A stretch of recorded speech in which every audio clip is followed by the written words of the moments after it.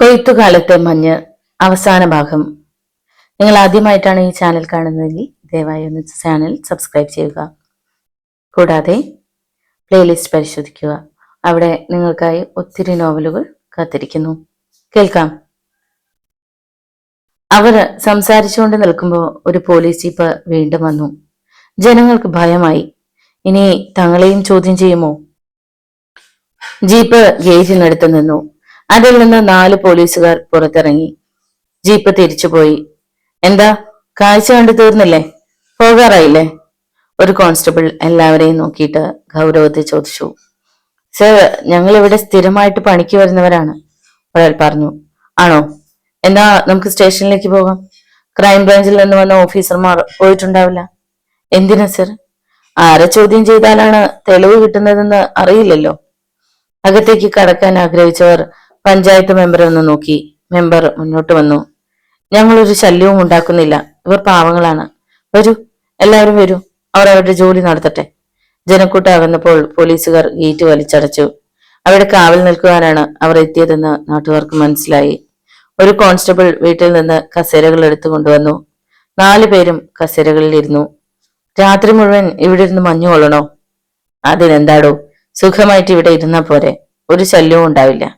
രാജനും റോബിനും വന്നാലോ? എവിടെ വരാൻ? അവർ കേരളത്തിൽ നിന്ന് തന്നെ മുങ്ങിയെന്ന് നമ്മുടെ ഏമ്മമാർക്ക് നേരത്തെ അറിവ് കിട്ടിയതല്ലേ. അതിനിടയിൽ ഈ ക്രൈംബ്രാഞ്ച് എങ്ങനെയാ വന്നു പെട്ടത്? ലോക്കൽ പോലീസിനെതിരെ ആരെങ്കിലും തെളിവുകൾ നിരത്തിയിട്ടുണ്ടാവും. പോലീസുകാരുടെ സംസാരം തുടരുമ്പോൾ കൂട്ടമണി കേട്ടു. അതെന്താ, അവിടെ പൂജ വല്ലതും ഉണ്ടോ? ആ വയസ്സ് മാത്രമല്ലേ അവിടെ ഉള്ളൂ? വീട്ടിലുള്ളവരെ വിളിക്കാൻ അങ്ങനെ ഒരു മണി കെട്ടി തൂക്കിയിട്ടുണ്ടെന്ന് ആരോ പറയുന്നത് കേട്ടു. പോലീസുകാർക്ക് അതൊരു നല്ല ഫലിതമായി. അവർ പൊട്ടിച്ചിരിച്ചു. നിർത്താത്ത മണിയാണല്ലോ, അങ്ങോട്ട് ചൊല്ലണോ? വേണ്ട, വയസ്സൻ ഉറക്ക അലറിയാലും തിരിഞ്ഞു നോക്കരുതെന്നാണ് ഉത്തരവ്. നോക്കാനുള്ളവർ രാത്രിയിൽ എപ്പോഴെങ്കിലും വരും. അപ്പോൾ നമ്മുടെ ഡ്യൂട്ടി തീരും. പിന്നെ പാറാവ് വേണ്ടേ? എന്തോന്ന് പാറാവ്? ഇതൊക്കെ ഒരു നാടകമാ. നോക്കി നിന്നാ നമുക്ക് കുഴപ്പമില്ല, അല്ലെങ്കിൽ തൊട്ടിപ്പോവും. അതുപോലുള്ളവരാണ് പിടിമുറുക്കിയിരിക്കുന്നത്. കണ്ടില്ലേ, രാജന്റെയും റോബിന്റെയും ശിങ്കിടികളായിരുന്ന ഓഫീസർമാർ സസ്പെൻഷനിലായത്. കിട്ടിയവര മണിക്കയറ് വലിച്ചു പൊട്ടിച്ചിട്ട് മുറിയുടെ വാതിലിൽ ആഞ്ഞടിച്ചു. അയ്യോ, ദാഹിക്കുന്നേ, വിശക്കുന്നേ, ആരെങ്കിലും തൊള്ളി വെള്ളം തായോ? സർവ്വ നിയന്ത്രണങ്ങളും നഷ്ടപ്പെട്ട ഇട്ടിയവര നിലവിളിച്ചു. ഒരു കോൺസ്റ്റബിൾ ആ നിലവിളി കേട്ട് എഴുന്നേറ്റു. എങ്ങോട്ടാ? കൂട്ടത്തിലുള്ള ഹെഡ് കോൺസ്റ്റബിൾ ചോദിച്ചു. ദാഹിച്ചിട്ട് കരയുന്നത് കേട്ടില്ലേ? പാവം, കാഴ്ചയില്ല. ഞാൻ ശകലം വെള്ളം കൊടുത്തിട്ട് വരാം. പണിയില്ലാതെ വീട്ടിൽ കുത്തിരിക്കണമെന്ന് നിർബന്ധമാണോ? ആ ചോദ്യം കേട്ട ഉടനെ കോൺസ്റ്റബിൾ സ്വസ്ഥനായിരുന്നു. ഇട്ടിയവര കുറെ സമയം ഉറക്കെ നിലവിളിച്ചിട്ടും ഫലമില്ലെന്നായപ്പോൾ നെഞ്ചത്തടിച്ചുകൊണ്ട് തറയിലിരുന്നു. അല്പം കഴിഞ്ഞ് അയാൾ തറയിൽ വീണുരുണ്ടു. ദൈവമേ, എന്റെ ദൈവമേ, ഇങ്ങനെ എന്നെ ശിക്ഷിക്കരുതേ. അയാളുടെ കണ്ണുകളിൽ നിന്ന് ജലപ്രവാഹമുണ്ടായി. അയാൾ തറയിൽ കമിഴ്ന്നു കിടന്നു. കണ്ണുനീർ സിമന്റ് തറയിൽ തളം കെട്ടി. ആ കിടപ്പിൽ ഇട്ടിയവര തളർന്നുറങ്ങി. നഗരത്തിൽ അത്യാധുനിക സൗകര്യങ്ങളുള്ള ആശുപത്രി. പെണ്ണമ്മ ഇന്റൻസീവ് കെയർ യൂണിറ്റിലാണ്. വത്സമയും ലീനയും ജെറിയും പുറത്ത് കാത്തിരിക്കുന്നു. പെണ്ണമ്മയെ കാണാൻ അവർക്ക് കഴിഞ്ഞിട്ടില്ല.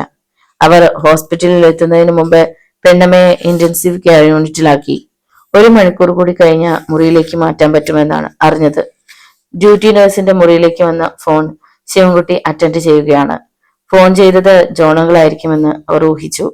അല്പം കഴിഞ്ഞ് ശിവൻകുട്ടി വന്നു. ജെറിയും അമ്മയും ഇപ്പൊ തൽക്കാലത്തേക്ക് പിരിയുകയാണ്.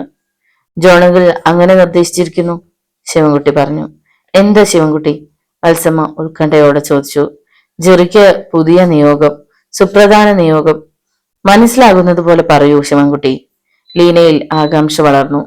ജോണങ്ങളുടെ ശൈലി അറിയാവുന്ന ലീന ഇങ്ങനെ ചോദിക്കാമോ? വത്സമ്മ ഇവിടെ ഹോസ്പിറ്റലിൽ തന്നെ. ഇരുമ്പുകൽ കൊച്ചമ്മ വീട്ടിലേക്ക് പോകാറാവുമ്പോ അവരോടൊപ്പം വീട്ടിലേക്ക്. ഏത് വീട്ടിലേക്ക്? ഇരുമ്പുങ്കിലേക്ക്. ഞാൻ പറഞ്ഞതല്ല, ജോണങ്കിൾ പറഞ്ഞതാണ്. ജെറി വരൂ. ജെറി മടിച്ചു നിന്നു. മമ്മി, ജോണങ്കിളെ വിശ്വസിക്കാതിരിക്കാൻ നമുക്ക് പറ്റുമോ ജെറി? വത്സമ്മ ചോദിച്ചു.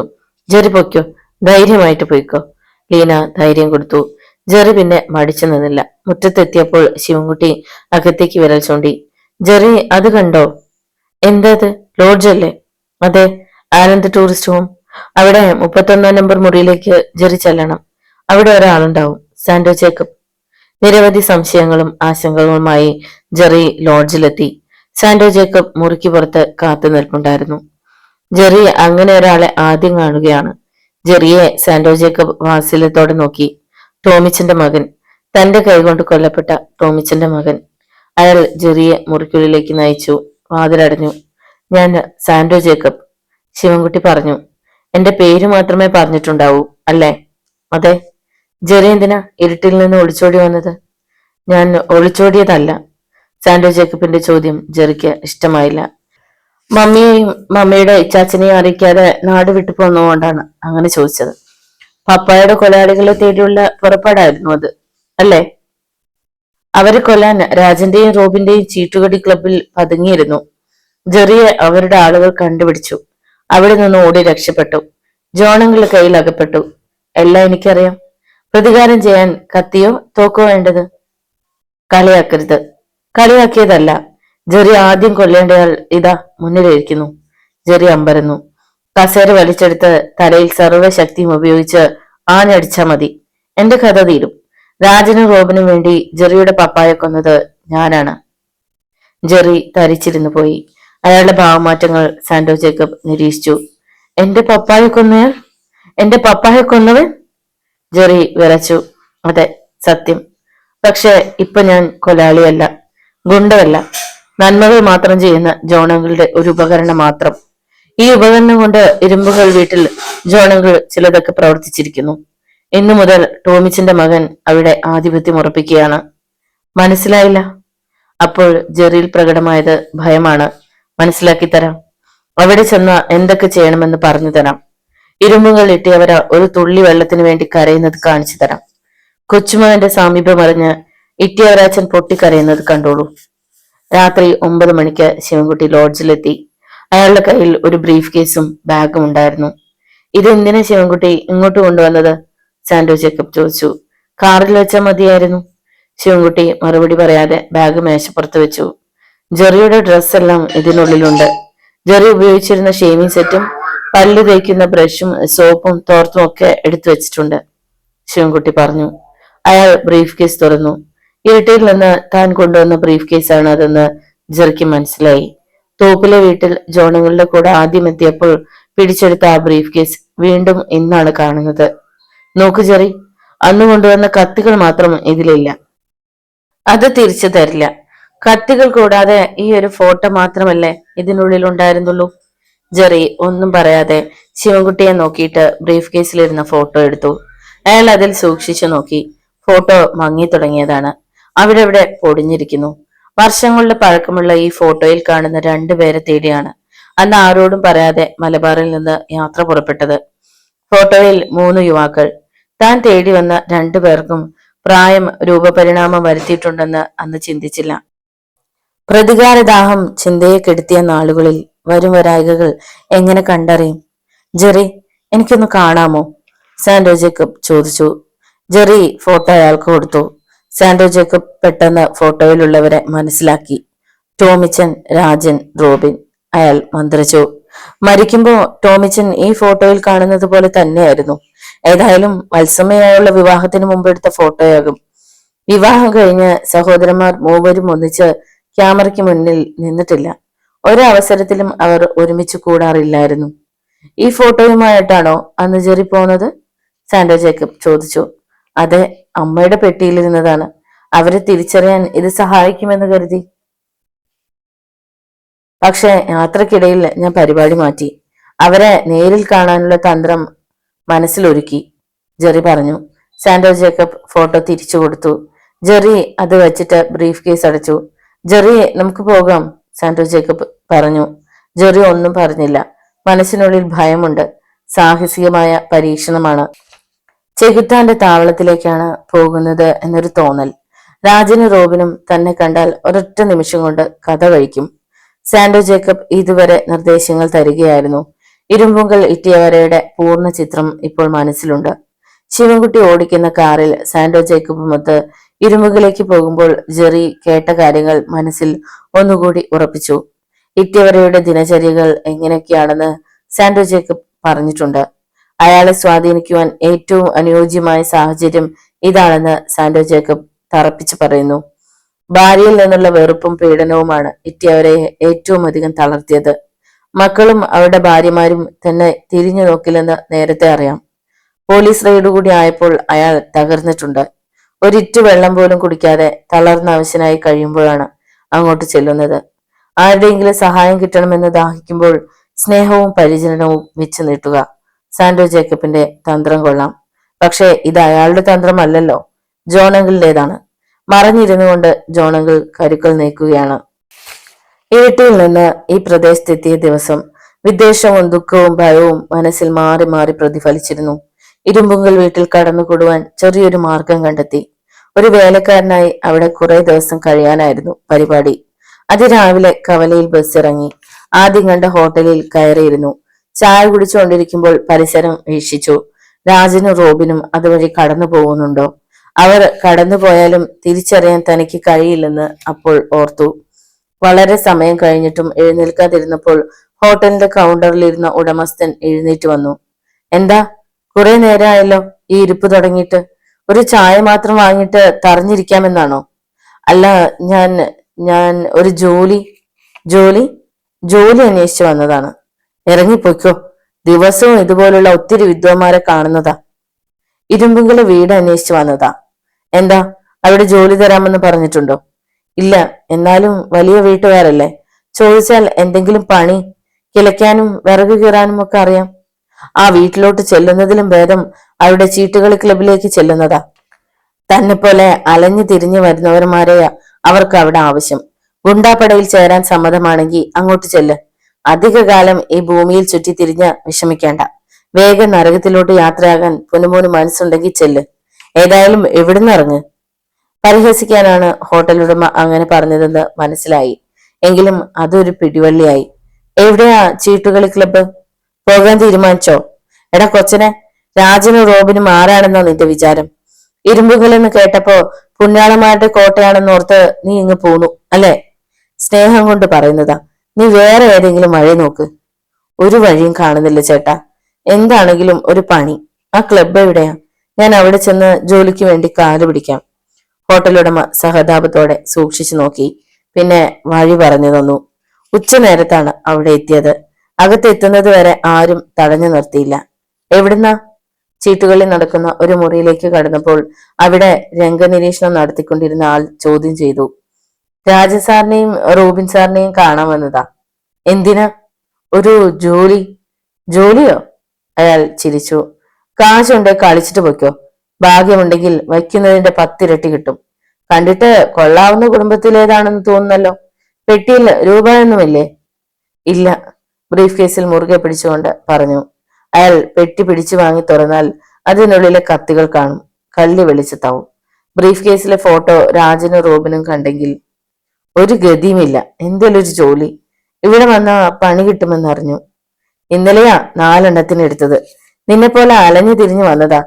ഇനി ഉടനെ ആരെയും വേണ്ട. രാജൻ സാറേയും റോബിൻ സാറിനെയും ഒന്ന് കാണാൻ ഇപ്പൊ പറ്റില്ല. അവർ വരുമ്പോ രാത്രിയാകും. അയാൾ പെട്ടെന്ന് അടുത്ത മുറിയിലേക്ക് പോയി. സന്ധ്യയാകുന്നത് വരെ പുറത്തുകൂടി ചുറ്റി തിരിഞ്ഞു. വീണ്ടും ആ പരിസരത്തെത്തി. രാജനും റോബിനും ഏതെങ്കിലും വാഹനത്തിൽ എത്തുമെന്ന പ്രതീക്ഷയിൽ ഗേറ്റിനുള്ളിൽ കടന്നു നിന്നു. കാറുകളും ജീപ്പുകളും ഉള്ളിലേക്ക് കടന്നുപോയി. ആരോ തോളിൽ ബലമായി പിടിച്ചപ്പോൾ ഞെട്ടിത്തിരിഞ്ഞു നോക്കി. നേരത്തെ സംസാരിച്ച മനുഷ്യൻ. നീ ഇവിടെ കറങ്ങി നടക്കുകയാണോടാ? കിട്ടേണ്ടത് കിട്ടാതെ പോകില്ല അല്ലേ? ഞാൻ സാറന്മാരെ കാണാൻ. അപ്പോഴാണ് ഒരു ജീപ്പ് കടന്നു വന്നത്. ജീപ്പ് നിന്നു. സൂര്യ, എന്താടാ? ജീപ്പിൽ നിന്നിറങ്ങി വന്ന ആൾ ചോദിച്ചു.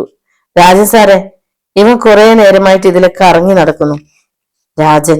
ഗേറ്റിന്റെ ഇരുവശത്തുമുള്ള ലൈറ്റുകളിൽ നിന്നുള്ള വെളിച്ചത്തിൽ രാജന്റെ മുഖം വ്യക്തമായി കണ്ടു. അപ്പോൾ മറ്റൊരാൾ കൂടി ജീപ്പിൽ നിന്നിറങ്ങി വന്നു. മുഖങ്ങളുടെ സാമ്യം കൊണ്ട് അത് റോബിനാണെന്ന് മനസ്സിലായി. ആരാടാ നീ? റോബിൻ ചോദിച്ചു. ഒരു ജോലി അന്വേഷിച്ചു വന്നതാണ്. നിനക്ക് കായികാഭ്യാസം അറിയാമോ? ഇല്ല. കരാട്ടെ പഠിച്ചിട്ടുണ്ടോ? ഇല്ല. എങ്കിൽ തടി കേടാക്കാതെ സ്ഥലം വിട്ടോ. രാജനും റോബിനും നടന്നു. സൂര്യ, ജീപ്പ് ഒതുക്കിയിട്ടേര്. നടക്കുന്നതിനിടയിൽ രാജൻ കൽപ്പിച്ചു. സൂര്യൻ ജീപ്പിൽ കയറി അത് സ്റ്റാർട്ട് ചെയ്തു. മനസ്സിനുള്ളിൽ പകയുടെ ജ്വാലകൾ ഉയരുകയായിരുന്നു. ഇത്രയും അനുകൂലമായ അവസരം ഇനി കിട്ടില്ല. ഓടിച്ചെന്ന് അവരെ കുത്തി വീഴ്ത്തണം. ആ തോന്നൽ ജനിച്ച ഉടനെ ഒരലർച്ചയോടെ മുന്നോട്ട് കുതിച്ചു. സമനില നഷ്ടപ്പെട്ടിരുന്നു. ബ്രീഫ് കേസിനുള്ളിൽ നിന്ന് കത്തിയെടുക്കാൻ പോലും മറന്നു. ശബ്ദം കേട്ട് രാജനും റോബിനും തിരിഞ്ഞു. സൂര്യൻ ജീപ്പിൽ നിന്ന് ചാടിയിറങ്ങി. പരിസരബോധം അപ്പോഴാണ് ഉണ്ടായത്. അത്യാപത്ത് മുന്നിൽ കണ്ട് അവരുടെ കൈകൾ നീണ്ടുവരുന്നു. ഒറ്റച്ചാട്ടം, പിന്നെ ഓടി. അവർ പിന്നാലെ ഉണ്ടായിരുന്നു. വൈക്കോൽ കയറ്റിയ ഒരു ലോറി റോഡരികിൽ കിടക്കുന്നത് കണ്ടു. അതിന്റെ മറവിൽ ഒളിച്ചു. അവർ കുറെ ദൂരം മുന്നോട്ട് ഓടിയിട്ട് തിരിച്ചു വരുന്നത് കണ്ടു. പെട്ടെന്ന് ഒരു ഭയം തോന്നി. വൈക്കോൽ കോണ കെട്ടി ഒതുക്കിയിട്ടിരിക്കുന്ന കയറിൽ പിടിച്ചു തൂങ്ങി മുകളിൽ കയറി. രാജനും റോബിനും സൂര്യനും അടുത്തെത്തുന്നതിന് മുമ്പ് ലോറി മുന്നോട്ട് നീങ്ങി. വൈക്കോലിനുള്ളിൽ അമർന്നു കിടന്നു. കുറെ സമയം കഴിഞ്ഞ് തല ഉയർത്തി നോക്കി. ഇരുട്ടിനെ കീറി മുറിച്ച് ലോറി പായുകയാണ്. വീണ്ടും അനങ്ങാതെ കിടന്നു. ലോറിയെ കടന്നു പോകുന്ന വാഹനങ്ങളെ എല്ലാം ശ്രദ്ധിച്ചു. ഒരു ജീപ്പ് മറികടന്നപ്പോൾ അതിനുള്ളിൽ ഇരിക്കുന്നതും രാജനും കൂട്ടരുമല്ലേ എന്ന് സംശയിച്ചു. എവിടെയോ ലോറി നിന്നു. രാത്രിയിൽ പ്രവർത്തിക്കുന്ന ഹോട്ടലിന് മുന്നിലാണ് ലോറി നിന്നതെന്ന് മനസ്സിലായി. പെട്ടെന്ന് ലോറിയിൽ നിന്ന് ചാടിയിറങ്ങി. ഭയത്തോടെ ചുറ്റും നോക്കി. ആരും തന്നെ കണ്ടിട്ടില്ല. ഹോട്ടലിന് മുന്നിൽ കിടക്കുന്ന ജീപ്പിൽ ചാരി നിന്ന ആളെ കണ്ടു. രാജൻ. റോഡരികിൽ റബ്ബർ തോട്ടമായിരുന്നു. അങ്ങോട്ടെടുത്ത് ചാടി. നേർത്ത നിലാവിന്റെ വെളിച്ചമുണ്ട്. എങ്കിലും റബ്ബർ മരങ്ങളുടെ കറുത്ത നിഴലുകൾ വെളിച്ചം നഷ്ടപ്പെടുത്തി. മരങ്ങളിൽ ഇടിച്ച് പലവട്ടം വീണു. വല്ലാത്ത ദാഹവും പരവേശവും. തളർന്നു വീഴുമെന്നായപ്പോ കിതച്ചുകൊണ്ടിരുന്നു. ഇനി റോഡിൽ എങ്ങനെ എത്തും? റോഡ് എവിടെയാണ്? അല്പം അകലെ ഒരു വീടുണ്ടെന്ന് മനസ്സിലായി. ചുവരിന്റെ വെള്ളായം നേർത്ത വെളിച്ചത്തിൽ കാണാം. തൊണ്ട വരളുന്നുണ്ടായിരുന്നു. വെള്ളത്തോടുള്ള അത്യാർത്തി കൊണ്ട് വീടിനഴിയിലേക്ക് നടന്നു. കിണർ കണ്ടെത്തി. ഭാഗ്യം. കിണറ്റുകരയിൽ വെള്ളം നിറച്ച മൺകുടം. കുടമെടുത്ത് വെള്ളം കുടിക്കുമ്പോ ടോർച്ച് തെളിച്ചുകൊണ്ട് ആരോ ഓടിയെത്തി. കുടം താഴേക്കിട്ട് ബ്രീഫ് കേസും എടുത്ത് ഓടി. ടോർച്ചിന്റെ വെളിച്ചം മുഖത്ത് തന്നെ പതിഞ്ഞു. അന്ന് തന്നെ കണ്ടാൽ ലീനയുടെ ചേട്ടൻ കുര്യച്ചനായിരുന്നു എന്ന് ദിവസങ്ങൾക്ക് ശേഷം തോപ്പിലെ വീട്ടിൽ വെച്ച് മനസ്സിലായതാണല്ലോ. വളരെ അകലെ എത്തിയതാണെന്ന് അറിഞ്ഞപ്പോ ഓട്ടം നിർത്തി. പാരവശ്യത്തോടെ മണ്ണേ കിടന്നു. രക്ഷപ്പെടാൻ മാർഗമെന്ത്? എങ്ങനെയും റോഡിലെത്തണം. റോഡിൽ നിന്ന് വളരെ അകലെ എവിടെയോ ആണ് എത്തിയിരിക്കുന്നത്. ക്ഷീണം അല്പം അകന്നപ്പോ വീണ്ടും എഴുന്നേറ്റ് ലക്ഷ്യമില്ലാതെ നീങ്ങി. മണിക്കൂറുകൾ കടന്നുപോയിട്ടും വഴി കണ്ടെത്താൻ കഴിഞ്ഞില്ല. ഇടത്തുണ്ടുകളും ഇടവഴികളും കണ്ടെത്തിയപ്പോഴൊക്കെ ആശ്വാസമായിരുന്നു. ഇനി പ്രധാന റോഡിലെത്താമെന്ന ആശയോടെ നടന്നു നീങ്ങി. വീണ്ടും ചെന്നെത്തിയത് ഏതെങ്കിലും റബ്ബർ തോട്ടത്തിലോ കൃഷിയിടത്തിലോ ആണ്. ആരുടെയോ സംസാരം കേട്ട് ശ്രദ്ധിച്ചു. വെളിച്ചം കാണുന്നുണ്ട്. പതിയെ അങ്ങോട്ടടുത്തു. മെഴുകുതിരിയുടെ വെളിച്ചത്തിൽ 3 പേർ കുത്തിയിരുന്ന് ഗൂഢാലോചന നടത്തുന്നത് കണ്ടു. മോഷ്ടാക്കളായിരിക്കാം. എന്തോ സംശയം തോന്നി അവർ ചാടി എഴുന്നേറ്റു. ആരടാ? ചോദ്യം കേട്ട ഉടനെ ഓടി ഓടി ചെന്ന് ഒരു മതിലിടിച്ചു. എങ്ങനെയും രക്ഷപ്പെടുക, അത് മാത്രമായിരുന്നു ചിന്ത. മതിലിൽ അള്ളിപ്പിടിച്ചു കയറി. ബ്രീഫ് കേസ് മതിൽക്കെട്ടിനുള്ളിലേക്ക് എറിഞ്ഞു. സെമിത്തേരിയിലേക്കുള്ള എടുത്തുചാട്ടം. അവിടെ തന്നെ പിടികൂടാൻ ഒരു മനുഷ്യൻ. ജോണങ്കിൾ. ജെറി. സ്ഥലമായി. സാന്റോ ജേക്കബിന്റെ ശബ്ദം കേട്ട് ജെറി ചിന്തയിൽ നിന്നുണർന്നു. അല്പം അകലെ വലിയ വീട്. അവിടെ വെളിച്ചമില്ല. ഗേറ്റിനടുത്ത് പോലീസുകാർ. സാന്റോ ജേക്കബ് കാറിൽ നിന്നിറങ്ങിയപ്പോൾ ജെറി സംഭ്രമത്തോടെ ബാഗും ബ്രീഫ് കേസും എടുത്ത് ഇറങ്ങി. ഞങ്ങൾക്കിനി പോകാമല്ലോ? ഹെഡ് കോൺസ്റ്റബിൾ ചോദിച്ചു. പോകാം. ഈ കാറിൽ നിങ്ങളെ സ്റ്റേഷനിൽ എത്തിക്കും. പോലീസുകാരെയും കൊണ്ട് ശിവൻകുട്ടി കാറുമായി പോയി. ജെറി നിശ്ചലം നിന്നു. ജെറിയുടെ മനസ്സ് വിങ്ങി. പപ്പയുടെ വീട്. പപ്പയെയും അമ്മയെയും തിരസ്കരിച്ച വീട്. പപ്പയെ കൊലപ്പെടുത്താൻ വാടക കൊണ്ടേ നിയോഗിച്ചവരുടെ വീട്. അവർ അന്ന് കൂലിക്കെടുത്ത് കൊലയാളി ഇതാ തന്നെ ഇവിടെ എത്തിച്ചിരിക്കുന്നു. ഇത് തന്റെ വീടാണോ? ആണെന്ന ബോധം ഉള്ളിൽ ഉണർത്തി സാന്റോ ജേക്കബ് തന്നെ ഇങ്ങോട്ട് കൊണ്ടുവന്നിരിക്കുകയാണ്. സാന്റോ ജേക്കബ് ഗേറ്റ് തുറന്നു. രാത്രി 10 മണി കഴിഞ്ഞിട്ടുണ്ട്. കാർ വന്നതിന്റെയും പോയതിന്റെയും ശബ്ദം കേട്ട് എത്തി നോക്കിയ അയൽക്കാർ അവരെ അവ്യക്തമായി കണ്ടു. പോലീസിന് ഭയന്ന ആരും പുറത്തിറങ്ങിയില്ല. പോലീസ് അവിടെ ഉണ്ടെന്ന ധാരണയാണ് എല്ലാവർക്കും. മുറ്റത്തെത്തിയപ്പോൾ ഞരക്കം കേട്ടു. ഒപ്പം മുറിഞ്ഞു വീഴുന്ന വാക്കുകളും. ഞാൻ ചത്തുപോകുവേ, ദൈവമേ, ഞാൻ ചത്തുപോകുവേ, വെള്ളം വെള്ളം. ഇട്ടിയവരെ കിടക്കുന്ന മുറിയുടെ വാതിൽ അടച്ചിട്ടില്ല. അവിടെ എങ്ങും ഇരുട്ടാണ്. സാന്റോ ജേക്കബ് ലൈറ്റ് തെളിച്ചു. ജെറിയുടെ വല്യപ്പച്ചൻ. ഇനി അദ്ദേഹം ജെറിക്കുള്ളതാണ്, സാന്റോ ജേക്കബ് പറഞ്ഞു. പോയി നോക്കൂ. അയാൾ ജെറിയുടെ കയ്യിൽ നിന്നും ബാഗും ബ്രീഫ് കേസും വാങ്ങി. തന്റെ വല്യപ്പച്ചൻ. ഇതുവരെ കേട്ടറിവ് മാത്രമുള്ള ഇരുമ്പുകൾ ഇട്ടിയവരെ കണ്ടറിയുന്ന നിമിഷങ്ങൾ. ഈ മുഹൂർത്തത്തിനു വേണ്ടി എന്നെങ്കിലും കാത്തിരുന്നുവോ? ഇല്ല. സങ്കല്പത്തിൽ പോലും ഇങ്ങനെ ഒരു മുഹൂർത്തമില്ലായിരുന്നു. കാലുകൾക്ക് ഭാരമേറിയതായി ജെറിക്ക് തോന്നി. അയാൾ ഭാരമേറിയ വസ്തു എടുത്തു വെക്കുന്നത് പോലെ കാലുകൾ നീക്കി. ഇരുമ്പുകൾ ഇറ്റിയവരയുടെ പൗത്രൻ ആദ്യമായി ആ വീട്ടിൽ കാലുകൾ ഊന്നുകയാണ്. ജെറി വാതിൽക്കലെത്തി നിന്നു. മുറിക്കുള്ളിൽ നിന്ന് ഇറ്റിയവര കാൽമുട്ടുകളും കൈകളും നിലത്തൂന്നി. നീന്തി വരുന്നു. വെള്ളം, വെള്ളം, ആരോ വന്നല്ലോ, എനിക്കൊരു തുള്ളി വെള്ളം തരില്ലേ? ആ യാചന കേട്ട ജെറി വിറങ്ങലിച്ചു നിന്നു. ആശുപത്രിയിലെത്തി 3 ദിവസം കഴിഞ്ഞിട്ടും പെണ്ണമ്മ തിരിച്ചറിവിന്റെ അവസ്ഥയിലായില്ല. അവരുടെ ബോധമണ്ഡലം ആർക്കും പിടികിട്ടാനാവാത്തതായിരുന്നു. ഇടയ്ക്കിടെ കണ്ണു തുറക്കും, പരസ്പര ബന്ധമില്ലാതെ സംസാരിക്കും, വായിൽ എന്തെങ്കിലും ഒഴിച്ചു കൊടുത്ത കുടിച്ചിറക്കും. വത്സമ്മ പെണ്ണമ്മയുടെ കിടക്കക്കരിയിൽ നിന്ന് മാറാതെ നിന്നു. പെണ്ണമ്മ തന്നെ തിരിച്ചറിയുന്ന നിമിഷത്തെ എങ്ങനെ അഭിമുഖീകരിക്കുമെന്ന ഉത്കണ്ഠ വല്ലാതെ അലട്ടി. സാൻഡ്രോ ജേക്കബ് ധൈര്യം പകർന്നു.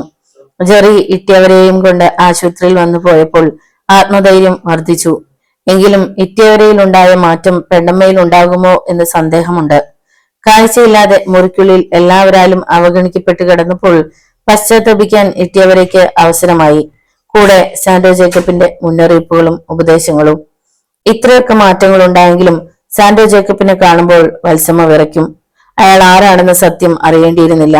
അയാൾ ആരാണെന്ന് അറിയില്ലായിരുന്നുവെങ്കിൽ ആദരവോടെ നോക്കിക്കാണാനുള്ളതൊക്കെ സാൻഡ്രോ ജേക്കബ് ചെയ്തിട്ടുണ്ട്. ടോമിച്ചനെ കൊലപ്പെടുത്തി. കൊടും ക്രൂരൻ.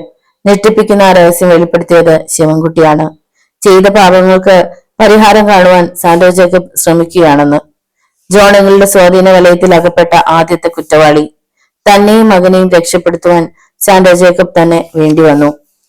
തന്റെ മുന്നിൽ കൂടുതൽ സമയം നിൽക്കുവാൻ സാൻഡ്രോ ജേക്കബിന് വൈമനസ്യമുണ്ടെന്ന് മനസ്സിലായി കഴിഞ്ഞു. അത്യാവശ്യ കാര്യങ്ങൾ പറയുക മാത്രമാണ് അയാൾ ഇവിടെ എത്തുന്നത്. ആശുപത്രിയുടെ പരിസരത്ത് പലപ്പോഴും നിൽക്കുന്നത് കാണാം. അത് തന്റെ സുരക്ഷിതത്വത്തിന് വേണ്ടിയാണെന്നും മനസ്സിലായിട്ടുണ്ട്. വെറുക്കപ്പെടേണ്ട എന്റെ മുഖം ഇനി അധിക ദിവസം കാണേണ്ടി വരില്ല. അന്ന് രാവിലെ സാൻഡ്രോ ജേക്കബ് പറഞ്ഞ വാക്കുകൾ വത്സമ്മ ഓർത്തു. ചോദ്യഭാവത്തിൽ വത്സമ്മ നോക്കിയപ്പോൾ അയാൾ മറുപടി കൊടുത്തു. രാജനും റോബിനും പോലീസിന്റെ പിടിയിലായി എന്ന വാർത്ത കിട്ടിയാൽ ഉടനെ ഞാൻ പോകും. ഈ ലോകത്തിലെ എന്റെ ശുദ്ധീകരണ സ്ഥലത്തേക്ക്. വത്സമ്മയ്ക്ക് അറിയില്ലേ കമ്പത്തുള്ള സ്നേഹാരാമത്തെക്കുറിച്ച്? ഇതിനോടകം കേട്ടിട്ടുണ്ടാകുമല്ലോ. ഓനച്ചനും കറിയക്കുട്ടിയും അവിടെയുണ്ട്. അവരവിടെ വന്നതുകൊണ്ടാണ് പെട്ടെന്ന് ഇങ്ങനെ ഒരു വഴി തെളിഞ്ഞു വന്നത്. ഞാൻ ഇരുമ്പുങ്കൽ വീട്ടിൽ കടന്നു കയറിയാൽ ടോമിച്ചിന് വേണ്ടി ചിലതൊക്കെ ചെയ്യാനും വത്സമ്മയെയും ജെറിയെയും ഇരുമ്പുങ്കലെ അവകാശികളാക്കാനും കഴിയുമെന്ന് ഓനച്ചനും കറിയക്കുട്ടിയും സ്നേഹാരാമത്തിൽ എത്തിയപ്പോ തന്നെ ജോണങ്ങളോട് പറഞ്ഞു. വത്സമ്മ എന്തെങ്കിലും പറയുമെന്ന് പ്രതീക്ഷിച്ച് സാൻഡ്രോ ജേക്കബ് കുറെ നേരം നിന്നു. വത്സമ്മയിൽ നിന്ന് ഒരു വാക്ക് പോലും വീഴില്ലെന്ന് ഉറപ്പായപ്പോൾ അയാൾ പറഞ്ഞു. ആൾ എത്ര മാറിയെന്നറിഞ്ഞാലും വത്സമ്മയ്ക്ക് എന്നോടുള്ള വെറുപ്പിന് മാറ്റമുണ്ടാവില്ലെന്ന് എനിക്കറിയാം. എന്നാലും എനിക്ക് സന്തോഷമുണ്ട്. ഇത്രയെങ്കിലും ചെയ്യാൻ എനിക്ക് കഴിഞ്ഞല്ലോ. വത്സമ്മ ജനാലയിലൂടെ പുറത്തേക്ക് നോക്കി. അവിടെ നിന്നാൽ ക്യാൻറ്റീൻ കാണാം. അതിനു മുന്നിൽ സാൻഡ്രോ ജേക്കബ് നിൽപ്പുണ്ട്. പെണ്ണമ്മയുടെ ഞരക്കം കേട്ട് വത്സമ്മ കിടക്കയുടെ അരികിലേക്ക് ചെന്നു. പെണ്ണമ്മ എന്തോ പറയുന്നുണ്ട്. ഒന്നും വ്യക്തമല്ല. രാജന്റെയും റോബിന്റെയും ഭാര്യമാർ ഇവിടെ വരുമ്പോ താൻ എങ്ങനെ അഭിമുഖീകരിക്കുമെന്ന ആശങ്ക വീണ്ടും വത്സമ്മയുടെ മനസ്സിൽ പടർന്നു. അവർ വരില്ലെന്നാണ് സാൻഡ്രോ ജേക്കബ് ഉറപ്പിച്ചു പറയുന്നത്. ഈ സാഹചര്യത്തിൽ അവർക്ക് ഇങ്ങോട്ട് വരാനാവില്ല. അവർ ഭയന്നു കഴിയുകയാണ്. എങ്കിലും വത്സമ്മ അവരെ പ്രതീക്ഷിച്ച് കഴിയുകയാണ്. ആ മൊഴിയുടെ സമീപത്ത് ഏതെങ്കിലും സ്ത്രീകൾ വന്നു നിന്നാൽ വത്സമ്മ ഉത്കണ്ഠയോടെ അവരെ ശ്രദ്ധിക്കും. രാജന്റെ ഭാര്യയാണോ? റൂബിന്റെ ഭാര്യയാണോ? വാതിലിൽ ആരോ മുട്ടുന്ന ശബ്ദം കേട്ട് വത്സമ്മ വാതിൽ തുറന്നു. ഒരു ബാഗുമായി ലീന നിൽക്കുന്നു. പതിവായി തോപ്പിലെ വീട്ടിൽ നിന്ന് ഭക്ഷണം കൊണ്ടുവരാൻ ഉപയോഗിക്കുന്ന ബാഗാണ് ലീനയുടെ കയ്യിലുള്ളത്. ലീന പുഞ്ചിരിയോടെ മുറിയിലേക്ക് കയറി. ലീന തോപ്പിലുണ്ടായിരുന്നോ? വത്സമ്മ അന്വേഷിച്ചു. രാവിലെ വിവരങ്ങൾ അറിയാൻ അവിടെ പോയി. ജോണങ്ങൾ ഫോൺ ചെയ്തപ്പോ ഞാൻ അവിടെ ഉണ്ടായിരുന്നു. ഒത്തിരി നാൾ കൂടിയാ അങ്കിളുമായി സംസാരിക്കുന്നത്. മമ്മിക്ക് ആവശ്യമുണ്ടെങ്കിൽ സഹായത്തിന് എവിടെ നിൽക്കാൻ അങ്കിൾ പറഞ്ഞു. മമ്മിയെ കാണണമെന്ന് തോന്നിയപ്പോ ശിവൻകുട്ടിയുടെ കൂടെ കാറിൽ ഇങ്ങോട്ട് പോന്നു. ലീന ബാഗ് മേശപ്പുറത്ത് വെച്ചു. എനിക്കു കൂടി ചോറ് ഞാൻ കൊണ്ടുവന്നിട്ടുണ്ട്. മമ്മിയുടെ കൂടെ ഇരുന്ന് ഊണ് കഴിക്കാൻ ആശ. അവിടെ ഇരുന്ന് സുഖമായി ഉണ്ണാതെ ആശുപത്രിയിലിട്ട് ആഹാരം കൊണ്ടുവരണമായിരുന്നോ? അതേപ്പറ്റി പറഞ്ഞ മമ്മിക്ക് മനസ്സിലാവില്ല. മമ്മിയുടെ കൂടെ ഇരുന്ന് ആഹാരം കഴിക്കുന്നതിന്റെ സംതൃപ്തി എനിക്കല്ലേ അറിയൂ. ശിവൻകുട്ടിയുടെ താഴെയുണ്ട്. സാൻഡ്രോ ജേക്കബുമായി സംസാരിക്കുക. സാൻഡ്രോ ജേക്കബിനെ ലീന അറിയുമോ? ശിവൻകുട്ടി പരിചയപ്പെടുത്തി. എനിക്ക് ഒട്ടും വിശപ്പില്ല, വത്സമ്മ പറഞ്ഞു. ഞാൻ കഴിക്കാതെ ഇരുന്ന ലീന വിശന്നിരിക്കുമല്ലോ. ഒറ്റയ്ക്ക് ഇരുന്നത് കൊണ്ടാണ് വിശപ്പില്ലാത്തത്. ഒന്നിച്ചിരുന്ന മടുപ്പ് തോന്നില്ല. ലീന ബാഗ് തുറന്ന് പാത്രങ്ങൾ മേശപ്പുറത്തെടുത്തു വെച്ചു. എല്ലാ സൗകര്യങ്ങളുമുള്ള മുറിയാണത്. അവർ കിടക്കയിലേക്ക് നോക്കി. പെണ്ണമ്മ അപ്പോഴും ഉറക്കമാണ്. രോഗിക്ക് എങ്ങനെയുണ്ട്? ബോധം തിരിച്ചു കിട്ടിയില്ല. ഇങ്ങനെ ഒരു കിടപ്പ് ജീവിതത്തിൽ ആദ്യമായിട്ടായിരിക്കും അല്ലെ? അതെ, അപ്പച്ചനും അങ്ങനെ പറഞ്ഞു. അപ്പച്ചനോ? അതാര്? ഇരുമ്പും കല്ലിട്ടിയവരാ. അദ്ദേഹം ഇവിടെ വന്നു ജെറിയുടെ കൂടെ. സത്യമോ മമ്മി? എനിക്ക് വിശ്വസിക്കാൻ കഴിയുന്നില്ല. ജെറിക്ക് ഇതെങ്ങനെ സാധിച്ചു? ദൈവാനുഗ്രഹം, അല്ലാതെ എന്തു പറയാൻ. ഇനി അമ്മയുടെ പെരുമാറ്റം എങ്ങനെയാകുമോ? അമ്മ എന്നെ തിരിച്ചറിയുമ്പോ എന്ത് സംഭവിക്കുമെന്ന് ഓർക്കുമ്പോ എന്തൊരു പേടിയാണെന്നോ.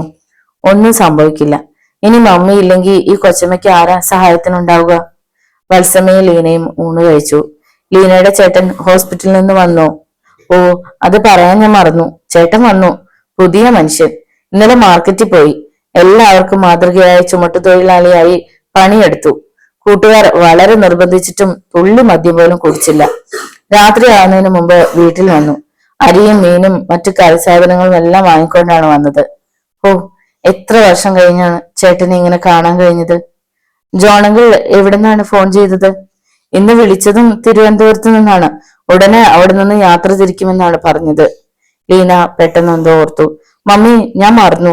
മമ്മിക്കൊരു എഴുത്തുണ്ട്. തോപ്പിലെ വീട്ടിലേക്ക് വന്നതാണ്. എനിക്ക് എഴുത്തോ? ഇച്ചാച്ചന്റേതായിരിക്കും. അല്ലാതെ ഈ അഡ്രസ്സിൽ ആരോ എഴുതുന്നത്? ഇച്ചാച്ചന്റേതല്ല. കമ്പത്തുള്ള സ്നേഹാരാമത്തിന്റെ കവറാണ് കിട്ടിയിരിക്കുന്നത്. മമ്മിയുടെ ചേട്ടന്മാരുടേതായിരിക്കും. ലീന ബാഗിൽ നിന്ന് എഴുത്തെടുത്തു കൊടുത്തു. വത്സമ്മ കവർ തുറന്ന് കത്തെടുത്ത് വായിച്ചു. എത്രയും പ്രിയപ്പെട്ട വത്സമ്മയ്ക്ക് ഓനച്ചനും കറിയാക്കുട്ടിയും എഴുതുന്നത്. ആദ്യമായിട്ടാണ് ഞങ്ങളൊരു കത്തയക്കുന്നത്.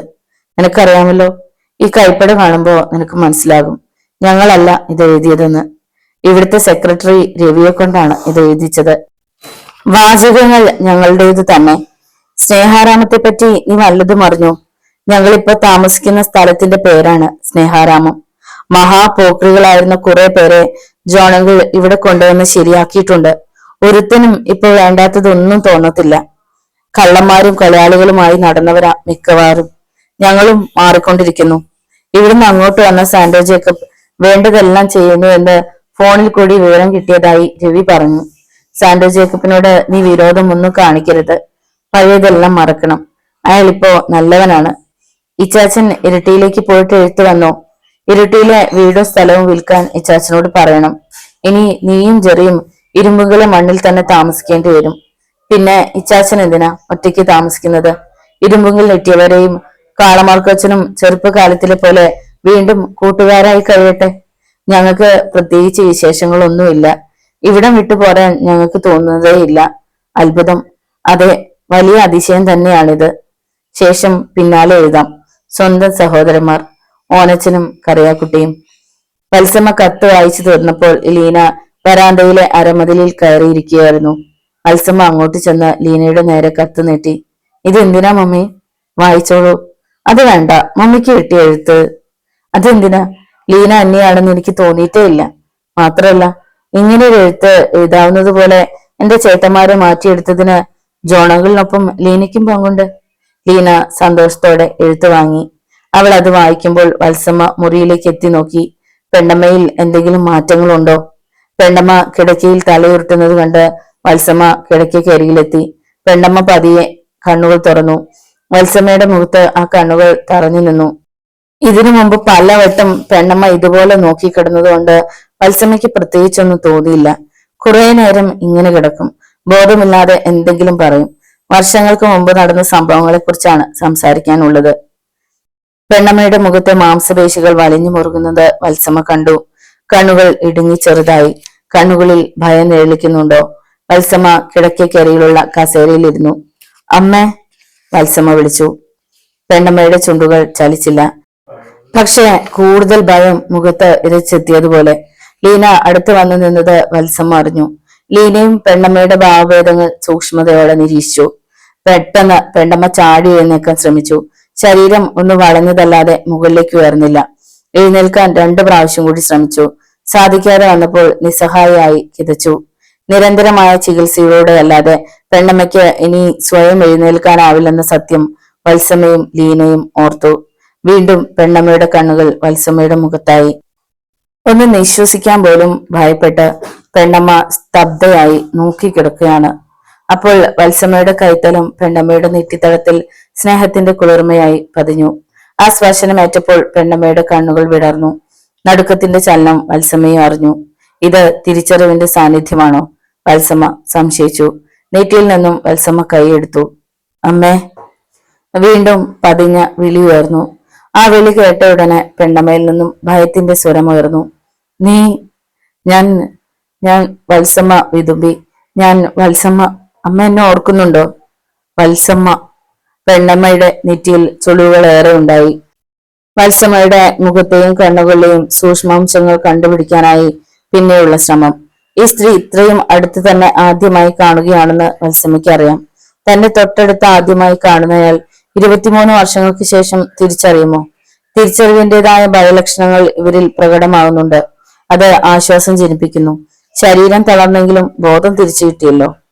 വത്സമ്മ. ആരാ അത്? മനസ്സിൽ ജ്വലിക്കുന്ന സംശയം തീർക്കാനാണ് പെണ്ണമ്മയുടെ ആ ചോദ്യമെന്ന് വത്സമ്മയ്ക്ക് അറിയാമായിരുന്നു. വത്സമ്മയെ അമ്മ ഓർക്കുന്നില്ലേ? ഒത്തിരി കൊല്ലങ്ങൾക്ക് മുമ്പുള്ള ഓർമ്മകളൊന്നും ഉണ്ടാകുന്നില്ലേ?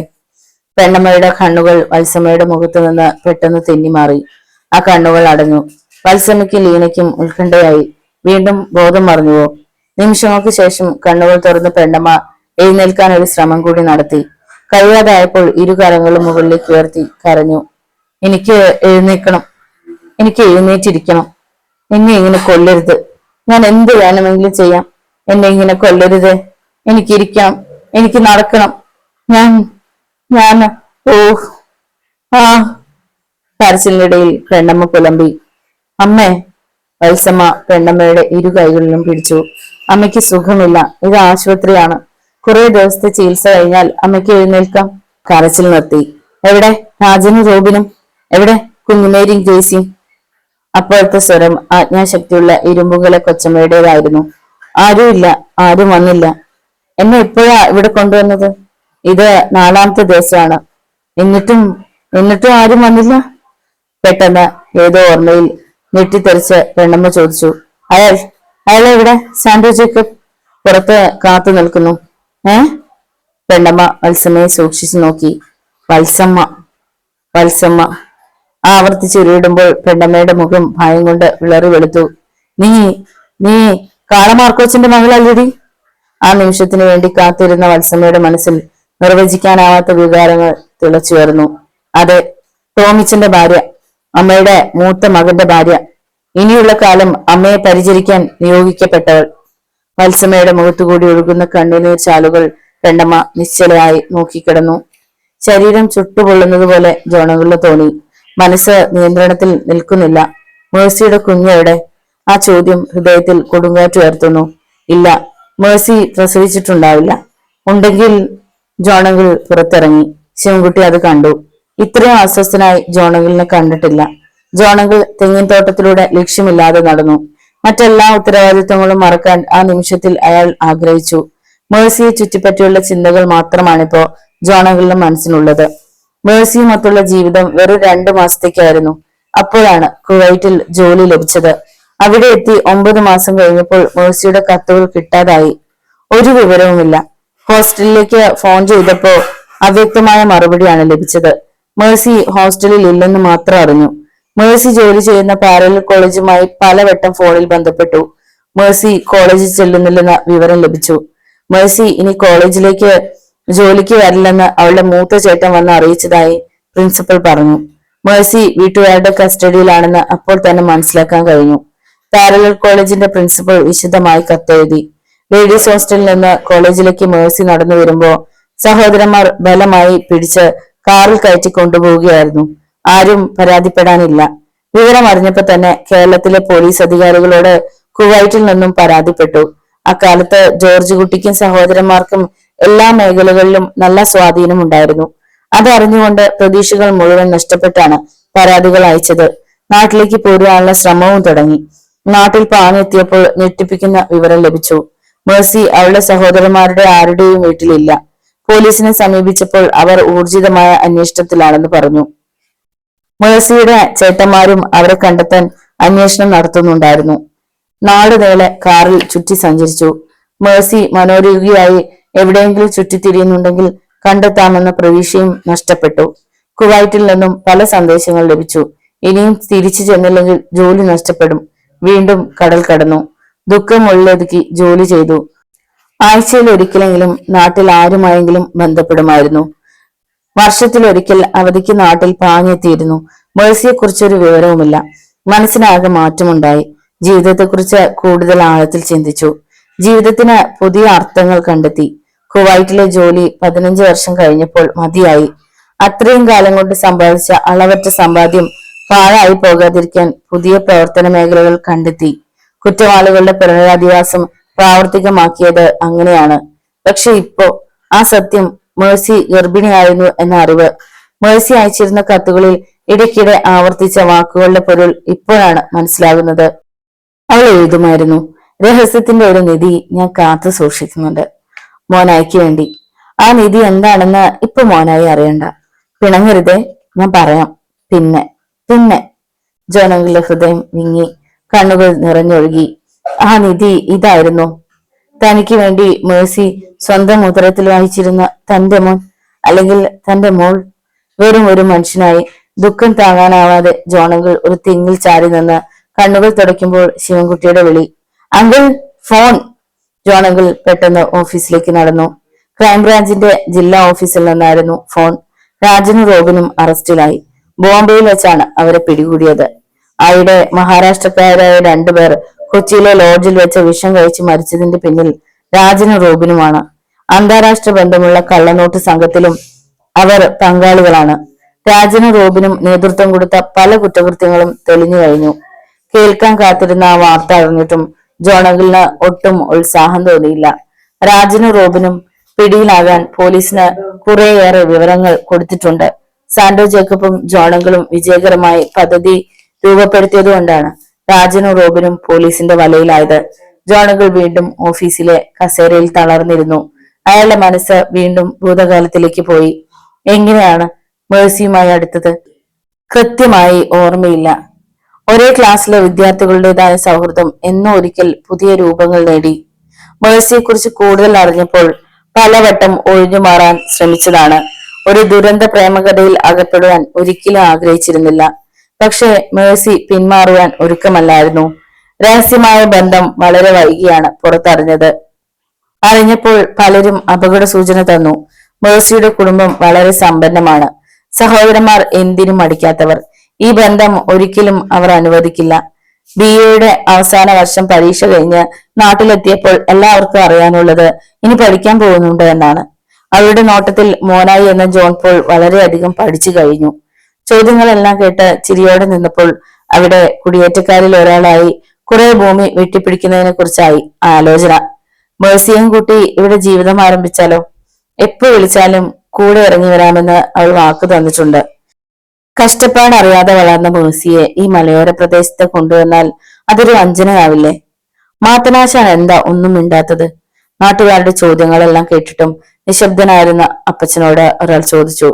അദ്ദേഹത്തിന്റെ തീരുമാനം അറിയാൻ മോനായും ആഗ്രഹിച്ചു.